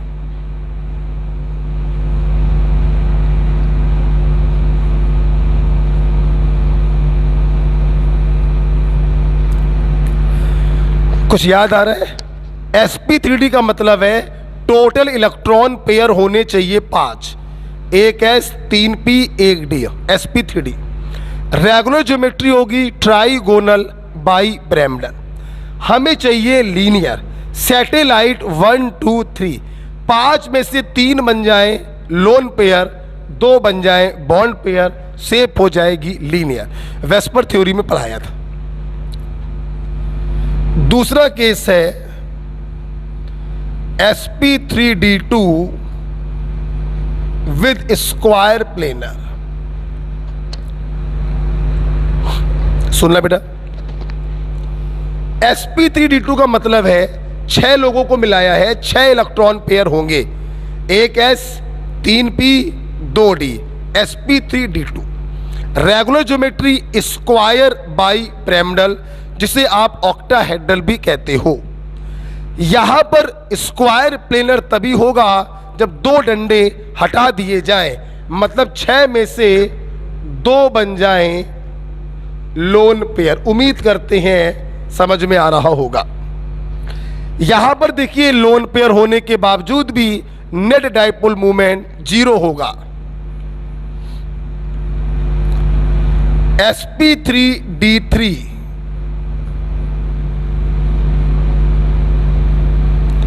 पेंटागोनल प्लेनर, उम्मीद है याद होना चाहिए। जब 7 में से 2 बदल जाते हैं लोन पेयर में तो इसका शेप हो जाता है पेंटागोनल प्लेनर। ये 3 केस बेटा ऐसे हैं जहां पर लोन पेयर है उसके बावजूद भी नेट डाइपोल मूवमेंट 0 है। आइए मैं अपने बच्चों को 1 2 दिखा देता हूं, आप सब समझ जाएंगे। ठीक है, 1 2 दिखा देता हूं। हटाए बेटा इसको, देखिए आओ 1 2 दिखा देता हूं। मान लो एक्सी F2 और एक्सी F4 का केस समझा देता हूं। सुनना बेटा सब लोग, सुनना, मुंह जवानी करेंगे। 8 में से 2 चले गए, 6 बचे। 6 का मतलब 3 लोन पेयर। मेरे बच्चे समझ गए हैं 2 bond pair 3 lone pair, hybridisation होगा sp3d, शेप होगा लीनियर। सहमत हो? आइए अपने बच्चों को बनाकर दिखाएं। मेरे छात्रों के मन में यही सवाल उठ रहा है कि लोन पेयर होने के बावजूद भी इसका डाइपोल मूवमेंट 0 कैसे हो गया। आइए देखिए, आप लोगों ने sp3d में हमसे पढ़ा था belt rule, electronegative atom always occupies the axial position और lone pair always occupies the equatorial position. उम्मीद करता हूं कुछ बच्चे तो समझ ही गए होंगे कि नेट डाइपोल मूवमेंट 0 कैसे हो गया। देखिए देखिए, fluorine is more electronegative, +2 minus, +2 minus. इसके बॉन्ड मूवमेंट ने इसको क्या कर दिया, कैंसल। इलेक्ट्रॉन मतलब निगेटिव ही होगा, तो ये पॉजिटिव ये निगेटिव, +2 माइनस, +2 माइनस, +2 माइनस। मेरे बच्चे समझ गए होंगे इन दोनों का रिजल्टेंट कुछ ऐसा आएगा और ये रिजल्टेंट इस वाले को कैंसल कर देगा, तो नेट डाइपोल मूवमेंट 0 हो गया और मॉलिक्यूल आपका नॉन पोलर हो गया। तो मजा आया। लोन पेयर होने के बावजूद भी नेट डाइपोल मूवमेंट जीरो क्यों हो रहा है? उसका सीधा रीजन है बेटा, ये लोन पेयर और बॉन्ड पेयर ऐसे अरेंज हो गए हैं कि ये एक दूसरे के बॉन्ड मूवमेंट को कैंसिल कर दे रहे हैं, इसलिए बेटा नेट डाइपोल मूवमेंट जीरो हो गया। सेम सिचुएशन बेटा यहां पर भी आएगी। देखिए 8 में से 4 चले गए, बचे 4 bond pair, 2 lone pair, regular geometry square bi pyramidal shape होगा स्क्वायर प्लेनर। आप देखिए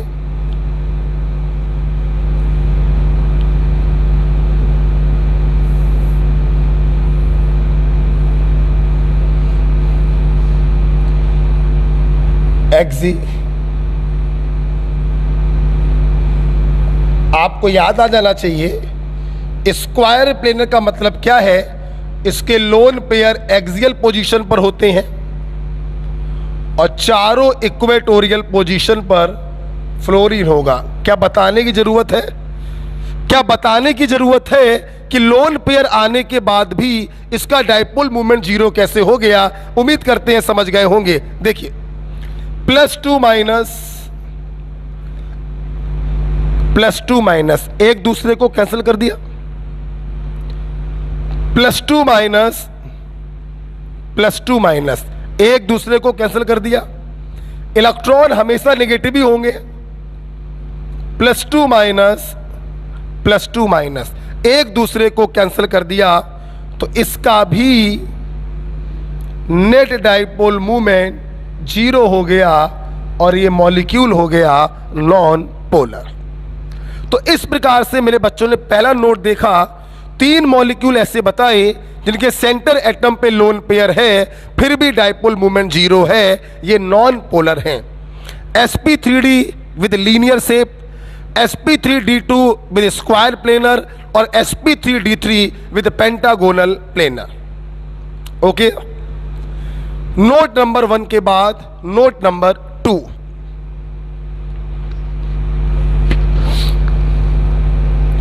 ओके बेटा, जो बच्चे ऑनलाइन पढ़ रहे हैं मेहनत करते रहें। 6 महीने हमें और आपको साथ में रहना है। आपने हमसे हमारा कहना मानने का वादा किया था और हमने आपसे 40+ क्वेश्चन सही कराने का वादा किया था। हम दोनों एक दूसरे के जब वादे निभाएंगे तभी एक अच्छा रिजल्ट बेटा आएगा, इसलिए मेहनत करते रहिए। इस लेक्चर के बाद 2 लेक्चर केमिकल बॉन्डिंग के और लेने हैं और याद रखिएगा आपकी संडे को क्लास भी होगी, क्योंकि कहीं ना कहीं थोड़ा डिस्टरबेंस हुआ, 2 क्लासें खराब हो गई। हम संडे को आपकी क्लास लेंगे। मेरा प्रॉमिस है और मेरा वचन है, 15 मार्च को सिलेबस खत्म होगा और तुम जानते हो मेरा वचन ही मेरा शासन है। जय महिष्मती। ठीक है, बाहुबली जोर से बोलो, जय महिष्मती। हम लोग अपने वचन को निभाएंगे, पक्की बात है।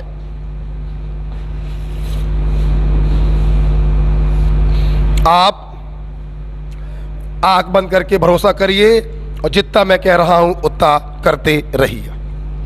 प्लीज मैं फिर से बोल रहा हूं, सभी बच्चे मेरे व्हाट्सएप नंबर पे अपना अपना नेम भेजें और अपने नंबर को सेव कराएं ताकि आप मेरे स्टेटस को देख सकें। ओके, नोट नंबर 1 खत्म हो गया। Note number 2,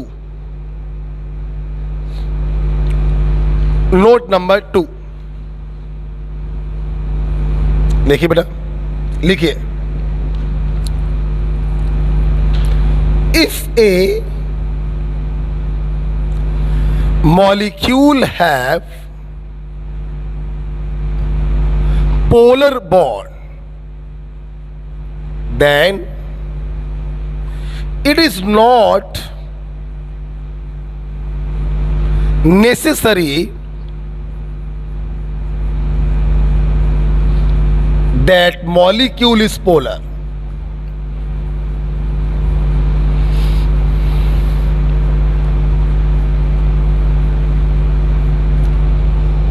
If a molecule have polar bond, then it is not necessary that molecule is polar. क्या आप इसका मतलब समझ पाए? लिखना मत, मतलब समझाने की जरूरत तो नहीं है, फिर भी बता दे रहे। अबे मूर्खों, कार्बन डाइऑक्साइड के पास ये बॉन्ड भी पोलर है, +2- बॉन्ड मूवमेंट, ये बॉन्ड भी पोलर है, +2- बॉन्ड मूवमेंट। तो इसके पास दो पोलर बॉन्ड है, उसके बावजूद भी ये साला मॉलिक्यूल कैसा है? Non polar. क्योंकि ये दोनों बॉन्ड मूवमेंट अपोजिट डायरेक्शन में ओरिएंटेड है, मैग्नीट्यूड भी बराबर है, तो नेट डाइपोल मूवमेंट क्या होगा जी? यही मैंने लिखा। अगर किसी मॉलिक्यूल के पास पोलर बॉन्ड उपस्थित है तो इसका मतलब ये कतई नहीं है कि वो मॉलिक्यूल पोलर होगा। वो नॉन पोलर भी हो सकता है और वो पोलर भी हो सकता है। आप देखिए, इसके पास भी दो पोलर बॉन्ड हैं, लेकिन ये पोलर है। इसके पास भी दो पोलर बॉन्ड हैं, लेकिन ये नॉन पोलर है। तो पोलर बॉन्ड होने से मॉलिक्यूल पोलर हो ये जरूरी नहीं है। वो पोलर भी हो सकता है, नॉन पोलर भी हो सकता है। Is it clear? Next, note number 3। ये नोट एम्स के असर्शन रीजन में पूछा गया था। नोट नंबर 3 लिखिए।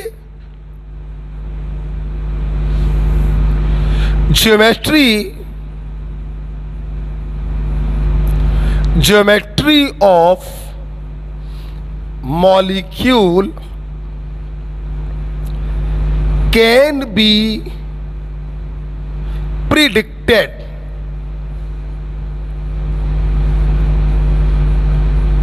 with the help of dipole moment. Geometry can be predicted with the help of dipole moment. मेरे बच्चे सोच रहे होंगे गुरुजी मजाक कर रहा होगा। गुरुजी ज्योमेट्री के लिए तो हाइब्रिडाइजेशन चाहिए है और हाइब्रिडाइजेशन के लिए बॉन्ड पेयर और लोन पेयर चाहिए। आप डाइपोल मूवमेंट से बता दोगे कि इसकी ज्योमेट्री क्या है? हाँ, मैं बता दूंगा। देखना चाहोगे? आओ देखे। आओ देखे एम्स का सवाल। देखो बेटा, माना एक मॉलिक्यूल है MX3। सुनना बेटा, अगर कभी इस प्रकार से मॉलिक्यूल लिखकर आते हैं तो हमेशा ध्यान रखना, सराउंडिंग एटम की जो संख्या होती है ये बॉन्ड पेयर को बताती है। बेटा बोलो किसको? Bond pair. मान लो कोई मॉलिक्यूल ऐसे लिख के आ जाए, इसका मतलब क्या होगा? 4 बॉन्ड पेयर। कोई मॉलिक्यूल ऐसे लिख के आ जाए, इसका मतलब क्या होगा? 7 सिग्मा बॉन्ड पेयर। ध्यान रखना, इस प्रकार से जब मॉलिक्यूल लिखकर आते हैं हमें लोन पेयर की जानकारी प्राप्त नहीं होती, हमें सिर्फ जानकारी प्राप्त होती है बॉन्ड पेयर की। ओके, अब सुनना। आपको याद होगा वेस्पर थ्योरी में मैं ऐसे लिखता था AB4L2। हमें बॉन्ड पेयर भी दिखाने होते हैं, लोन पेयर भी दिखाने होते हैं। अगर ये चीज ना लिखी जाए तो ये सिर्फ क्या बता रहा है? Bond pair.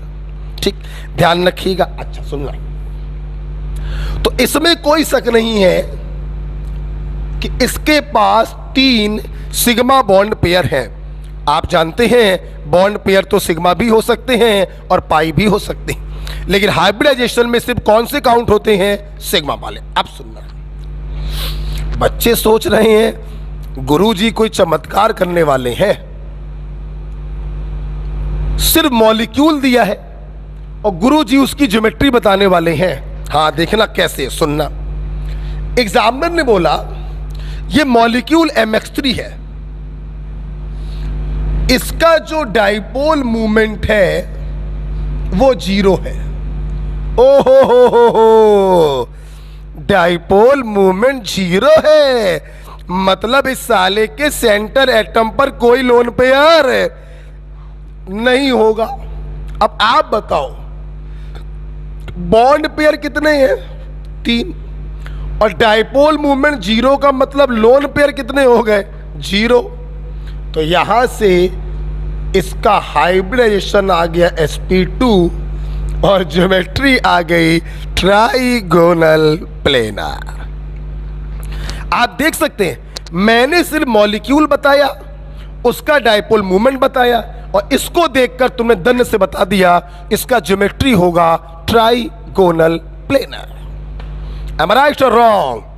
तो आप क्या डाइपोल मूवमेंट से ज्योमेट्री बता सकते हैं? बिल्कुल बता सकते हैं, और ये क्वेश्चन पूछा गया था एम्स में। अगर डाइपोल मूवमेंट 0 है तो लोन पेयर उसके पास नहीं होगा। 3 और 0 3, sp2 लोन पेयर नहीं है, शेप रेगुलर होगी, ट्राइगोनल प्लेनर। अब मान लो एग्जामिनर कहे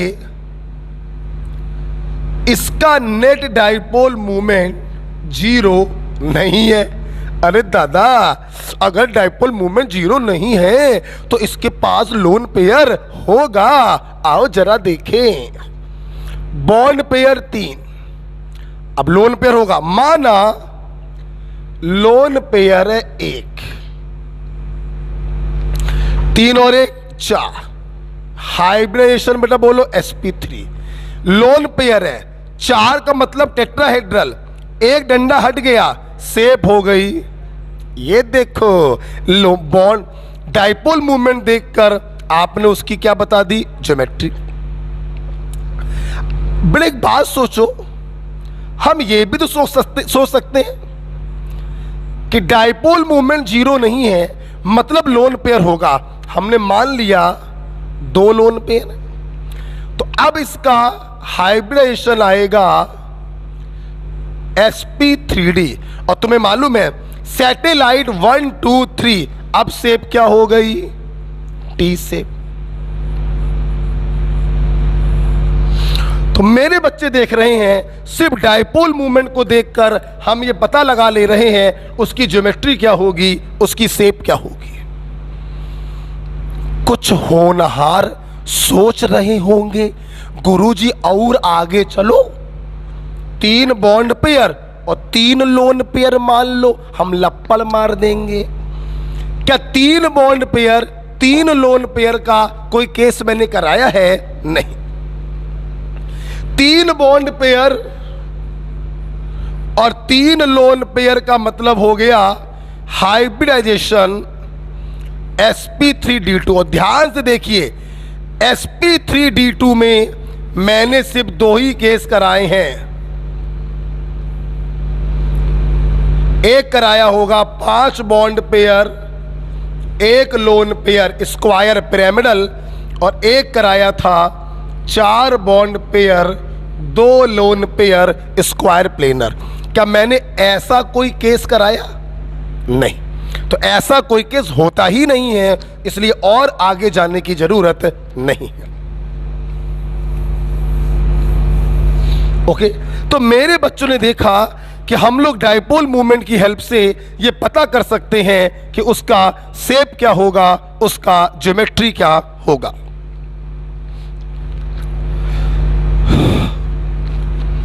ओके, तीसरा पॉइंट एम्स में पूछा गया था, बहुत ही प्यारा पॉइंट है, ध्यान रखिएगा।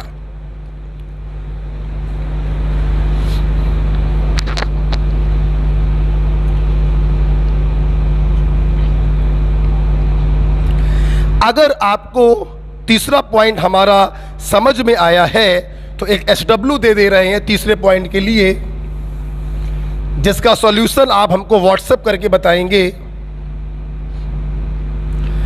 एक मॉलिक्यूल है MX4,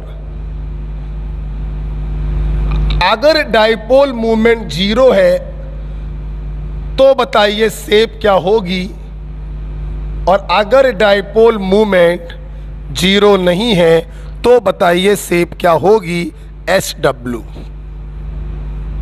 व्हाट्सएप करिएगा मुझको।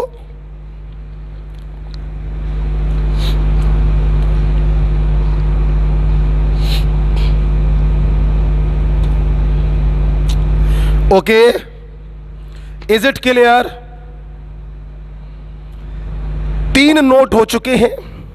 पहला नोट था कुछ मॉलिक्यूल ऐसे हैं जिनके सेंटर एटम पे लोन पेयर होता है फिर भी वो नॉन पोलर होते हैं।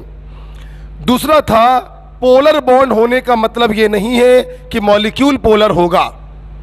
तीसरा पॉइंट था डाइपोल मूवमेंट की हेल्प से हम ज्योमेट्री को प्रिडिक्ट कर सकते हैं।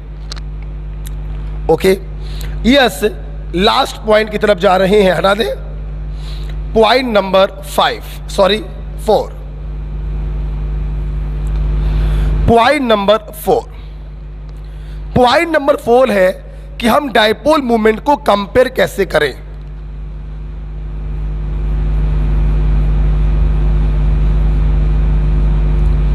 Comparison of dipole movement. देखिए, बहुत सारे मॉलिक्यूल आपको दिए जाएंगे और आपको डाइपोल मूवमेंट को कंपेयर करना होगा। मेरे बच्चों को ये समझना चाहिए, प्लीज देखिए, आल्दो ये मैंने कोवेलेंट बॉन्ड में पढ़ा दिया था, दोबारा पढ़ाना है। देखिए बेटा, एक की इलेक्ट्रोनेगेटिविटी जितनी कम हो और दूसरे की इलेक्ट्रोनेगेटिविटी जितनी ज्यादा हो तो ये बॉन्ड पेयर उतना ज्यादा बी की तरफ शिफ्ट होगा, इस पर झेल के निगेटिव और इस पर झेल के पॉजिटिव आएगा। बोलो बोलो बोलो। एक की इलेक्ट्रोनेगेटिविटी खूब कम हो और एक की इलेक्ट्रोनेगेटिविटी खूब ज्यादा हो तो चार्ज की वैल्यू झेल के आएगी। आपने मुझसे पढ़ा था डाइपोल मूवमेंट बराबर होता है चार्ज इनटू बॉन्ड लेंथ या डिस्टेंस। अबे एक बात बता बे, चार्ज की वैल्यू ज्यादा कब होगी? जब एक का इलेक्ट्रोनेगेटिविटी खूब कम हो और दूसरे का इलेक्ट्रोनेगेटिविटी खूब ज्यादा हो। कहने का मतलब यह हुआ कि इनका इलेक्ट्रोनेगेटिव डिफरेंस हाई हो। बोलो, जब इलेक्ट्रोनेगेटिव डिफरेंस हाई होगा तो चार्ज की वैल्यू ज्यादा होगी तो डाइपोल मूवमेंट भी ज्यादा होगा। यस, हम लिख सकते हैं dipole movement is directly proportional to electronegative difference. Of course जब डाइपोल मूवमेंट ज्यादा होगा तो आयनिक कैरेक्टर भी ज्यादा ही होगा, नो प्रॉब्लम। ओके, आइए, अगर एक बात बेटा मेरी सुन लेना, कभी भी डाइपोल मूवमेंट कंपेयर करने को आए सिर्फ एक चीज ही देखी जाती है, इलेक्ट्रोनेगेटिव डिफरेंस, बोले तो चार्ज। कभी भी डिस्टेंस से डाइपोल मूवमेंट को कंपेयर नहीं करते। ओके, आइए कुछ एग्जांपल से इसको समझा जाए। जैसे HF, HCl, HBr, HI। देखिए, हम आपको समझाने के लिए खोल के दिखा रहे हैं, आपको उसकी जरूरत नहीं है, सिर्फ समझाने के लिए। आपने पीरियोडिक टेबल में हमसे पढ़ा था हाइड्रोजन की इलेक्ट्रोनेगेटिविटी 2.1। बोलो बेटा, फ्लोरीन से आयोडीन की तरफ जाओगे इलेक्ट्रोनेगेटिविटी कम होती जाएगी। फ्लोरीन की होती है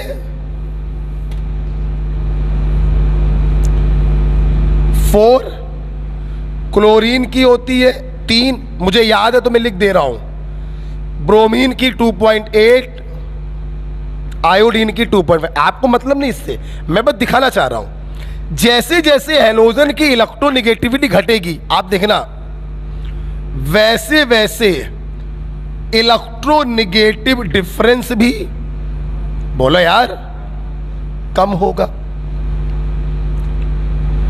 और इलेक्ट्रोनेगेटिव डिफरेंस अगर कम होगा तो चार्ज की वैल्यू भी कम हो जाएगी, तो डायपोल मूवमेंट भी क्या हो जाएगा, कम हो जाएगा। सिर्फ आपको समझाने के लिए मैंने करके दिखाया है, अदरवाइज आप ऐसे समझ सकते हैं, हैलोजन का इलेक्ट्रोनेगेटिविटी कम होगा तो हैलोजन हाइड्रोजन का डिफरेंस भी कम होगा, तो चार्ज की वैल्यू भी कम होगी, तो डायपोल मूवमेंट भी कम होगा, तो आयनिक कैरेक्टर भी कम होगा। Got it? लिख दे रहा हूं एक बार, electronegativity of halogen decreases, so electronegative difference decreases, so dipole movement decreases. Okay, हटा दे ऊपर वाला, ये लास्ट केस चल रहा है बेटा, इसके बाद कुछ नहीं है, खत्म हो जाएगा डायपोल मूवमेंट। एक एग्जांपल आप नीचे और लिखेंगे, RF alkyl fluoride, alkyl chloride, alkyl bromide, alkyl iodide. मैं उम्मीद करता हूं समझाने की जरूरत नहीं है, बिल्कुल इसी के तरीके होगा। R तो चारों में क्या है, सेम। हैलोजन का इलेक्ट्रोनेगेटिविटी घटेगा तो डिफरेंस भी घटेगा, तो डायपोल मूवमेंट भी घटेगा।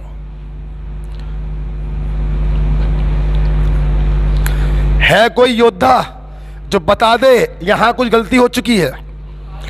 हाँ, मैंने याद करिए, एक एक्सेप्शन था, एल्किल क्लोराइड का डायपोल मूवमेंट एल्किल फ्लोराइड से ज्यादा होता। ध्यान रखना बे, यहां पे नहीं करते हैं, सिर्फ एल्किल क्लोराइड के केस में करते हैं। ओके बेटा,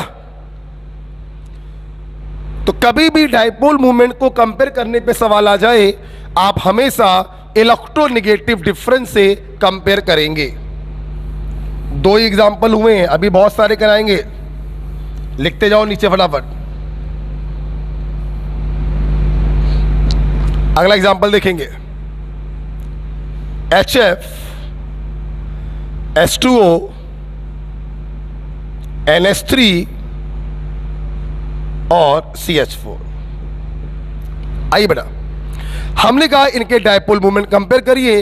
उम्मीद करते हैं मेरे मोस्ट ऑफ द बच्चे तो ये समझ गए होंगे कि लास्ट वाले का तो डायपोल मूवमेंट क्या होगा, 0। ना तो लोन पेयर है और सारे सराउंडिंग एटम सेम है, ये नॉन पोलर होगा, डायपोल मूवमेंट 0 होगा। इसको हटा दो, क्लियर? इन सबका डायपोल मूवमेंट कुछ ना कुछ जरूर होगा, क्योंकि ये सबके सब पोलर मॉलिक्यूल है। बोलो यार, अब सवाल ये है इनके डायपोल को कैसे कंपेयर करें। उम्मीद करते हैं बताने की जरूरत नहीं है। फ्लोरीन का इलेक्ट्रोनेगेटिविटी सबसे ज्यादा 4, ऑक्सीजन का उससे कम 3.5, नाइट्रोजन का उससे कम 3। जैसे जैसे इलेक्ट्रोनेगेटिविटी घटेगी उन दोनों का डिफरेंस भी घटेगा, चार्ज की वैल्यू भी घटेगी, डायपोल मूवमेंट भी घटेगा। Okay,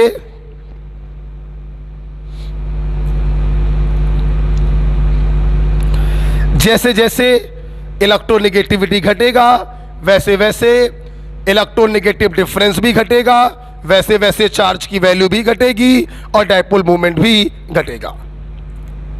got it? Is it clear? Okay, so एक अगला एग्जांपल और देखने जा रहे हैं इसी के ऊपर। ये हटा दूं, हटा दूं, हटा दूं, किसी के नीचे लिखिए क्या? दो तीन एग्जाम्पल और कराने हैं बस, सब लोग देखेंगे बेटा। CH3Cl, CH2Cl2,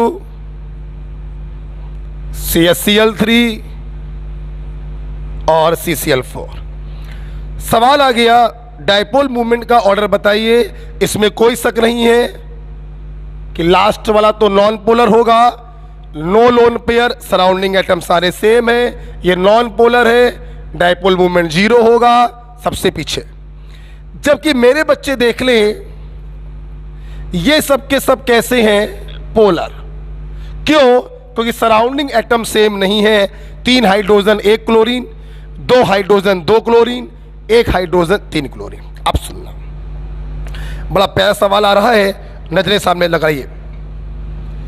देखो बेटा, यहां पर भी कार्बन हेलोजन बॉन्ड है, यहां पर भी कार्बन हेलोजन बॉन्ड है, और यहां पर भी कार्बन हेलोजन बॉन्ड है। तीनों में जो बॉन्ड है वो सेम एटम के बीच में है, तो इलेक्ट्रोनेगेटिव डिफरेंस भी क्या होगा? सेम। तो चार्ज की वैल्यू भी क्या होगी? सेम। ये क्या हो गया?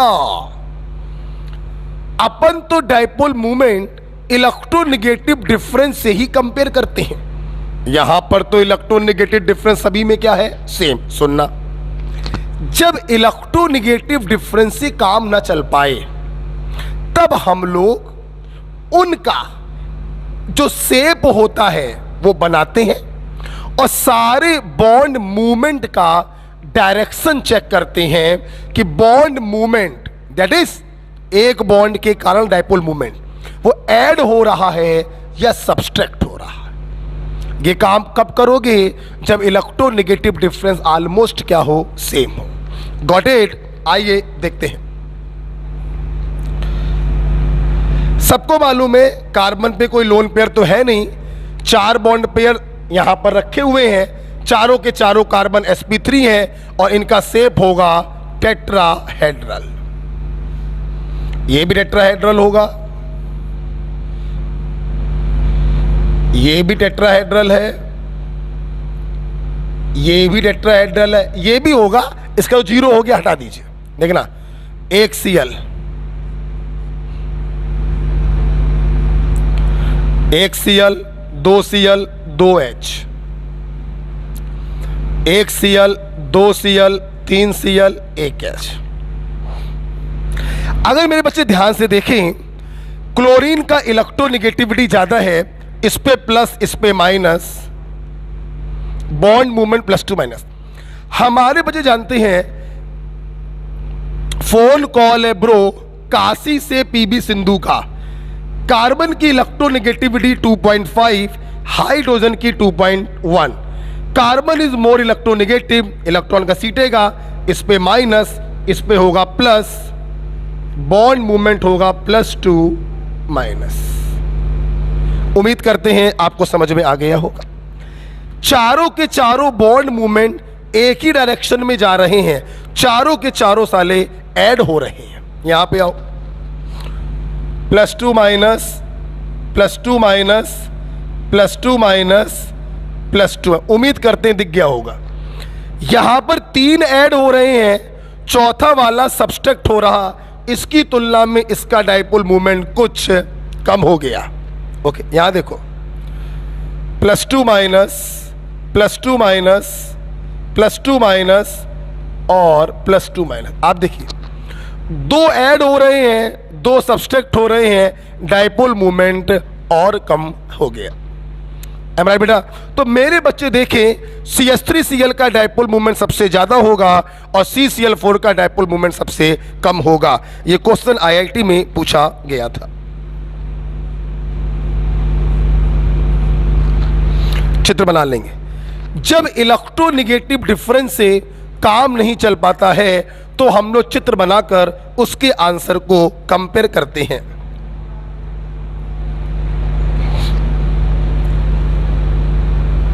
ओके,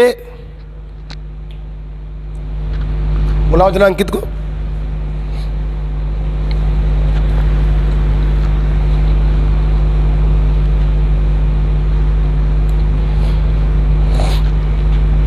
लिख लिया बेटा?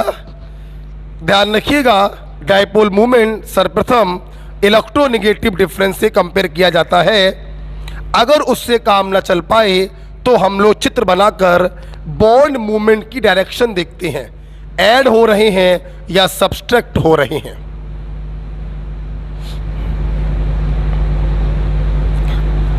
मैं अपने बच्चों को बता दूं, मैं ऑनलाइन की क्लास अलग ले रहा हूं बेटा, अलग। ऑफलाइन की मैं अलग मैं ऑफलाइन में रिकॉर्डिंग नहीं करवा रहा हूं बेटा, मैं आपकी क्लास अलग ले रहा हूं, आप लोगों को अलग पढ़ा रहा हूं, साल भर अलग पढ़ाऊंगा। आप सोच रहे होगे सर लाइव क्यों नहीं हो पा रही है, वो भी बता दूं। ऑफलाइन होने के कारण बोर्ड को ऊपर लाना पड़ गया, तो नेट जो है वो डिस्टर्ब हो गया। बहुत जल्द हफ्ते डेढ़ हफ्ते के अंदर सब नेट की व्यवस्था भी हो जाएगी।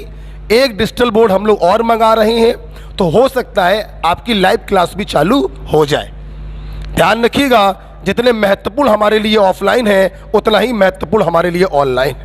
मैं फिर से बोलूँगा, मेरा वचन ही मेरा शासन है, ठीक है? अगर कोई पेंडेमिक ना आ जाए तो। लिख लिया बेटा? आइए, इसके बाद एक लास्ट एग्जांपल मैं आपको कराना चाहूँगा, इसी के नीचे लिखिएगा। एक बड़ा प्यारा एग्जांपल है, NH3 और NF3। ये नीट में क्वेश्चन पूछा गया था, इनके डायपोल मूवमेंट कंपेयर कराने को पूछे गया। खत्म होने वाला है, ध्यान से सुनो, जल्दी आ जाओ बेटा। सीबीएसई में क्वेश्चन आया, इनका डायपोल मूवमेंट हमसे कंपेयर करने को पूछा गया। ढूंढना बेटा। तो तुम लोग कहोगे इसमें कौन सी बड़ी बात है, इलेक्ट्रोनेगेटिव डिफरेंस से कर लो। आओ जरा करो, आओ जरा करो। नाइट्रोजन की इलेक्ट्रोनेगेटिविटी होती है 3, हाइड्रोजन की 2.1, फ्लोरीन की 4। अगर ध्यान से देखें तो यहां पर इलेक्ट्रोनेगेटिव डिफरेंस 0.9 है और यहां पर इलेक्ट्रोनेगेटिव डिफरेंस 1 है। मतलब NH3 और NF3 का डायपोल मूवमेंट हम इलेक्ट्रोनेगेटिव डिफरेंस से कंपेयर नहीं कर सकते, क्योंकि दोनों का इलेक्ट्रोनेगेटिव डिफरेंस ऑलमोस्ट क्या है, सेम। जल्दी से बताओ ना, जब इलेक्ट्रोनेगेटिविटी से काम नहीं हो पाता है तो हम लोग क्या बनाते हैं, स्ट्रक्चर। और बॉन्ड मूवमेंट की डायरेक्शन से देखते हैं ऐड हो रहे हैं या सब्सट्रैक्ट हो रहे हैं। देखो, NH3 भी sp3 होगा विद 1 लोन पेयर, ये भी sp3 है विद 1 लोन पेयर, ये भी पिरामिडल, ये भी पिरामिडल, नजरें सामने।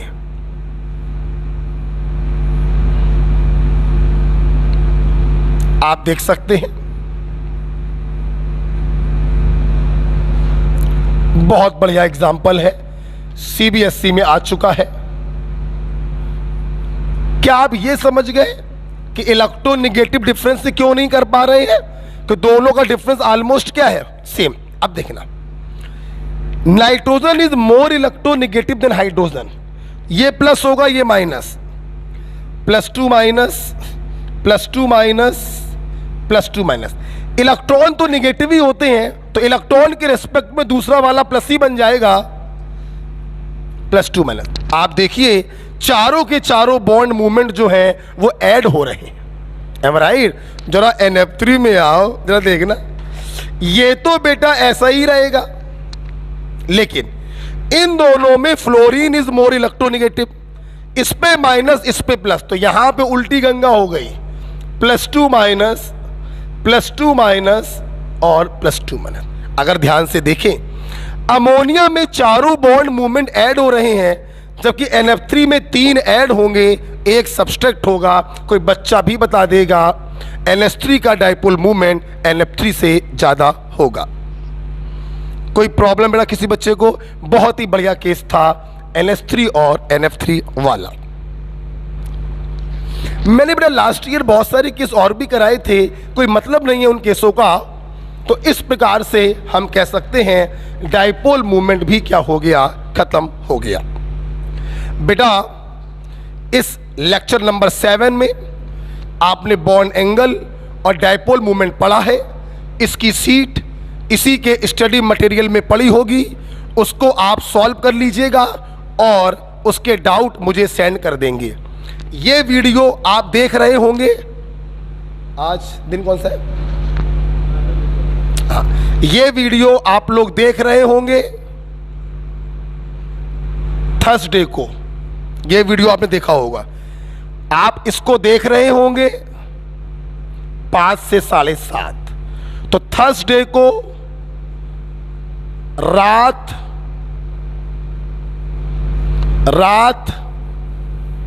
2 बजे तक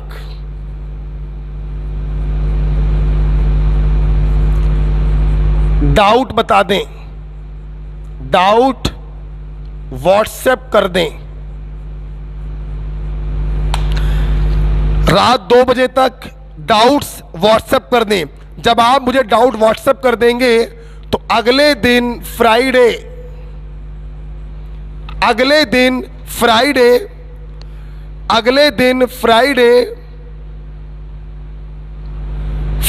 को मैं इसका डाउट 12 सीरियल बना दूंगा, मतलब 2:30 बजे आपके ऐप पर वीडियो सॉल्यूशन आ जाएगा। ओके बेटा, क्लियर? ध्यान रखिएगा, थर्सडे को आप ये वीडियो देख रहे होंगे, रात 2 बजे तक डाउट भेज देना। अगले दिन फ्राइडे को 2:30 बजे तक डाउट का वीडियो सॉल्यूशन आपको मिल जाएगा। फ्राइडे को हम लोग पढ़ेंगे सेकेंड लास्ट थ्योरी है मॉलिक्यूलर ऑर्बिटल थ्योरी। हंसते रहिए, मस्त रहिए, पढ़ते रहिए, विश्वास रखिए विकास पोरवाल पर, आपका कोर्स आपके टाइम पर होगा। ओके भाई, थैंक यू।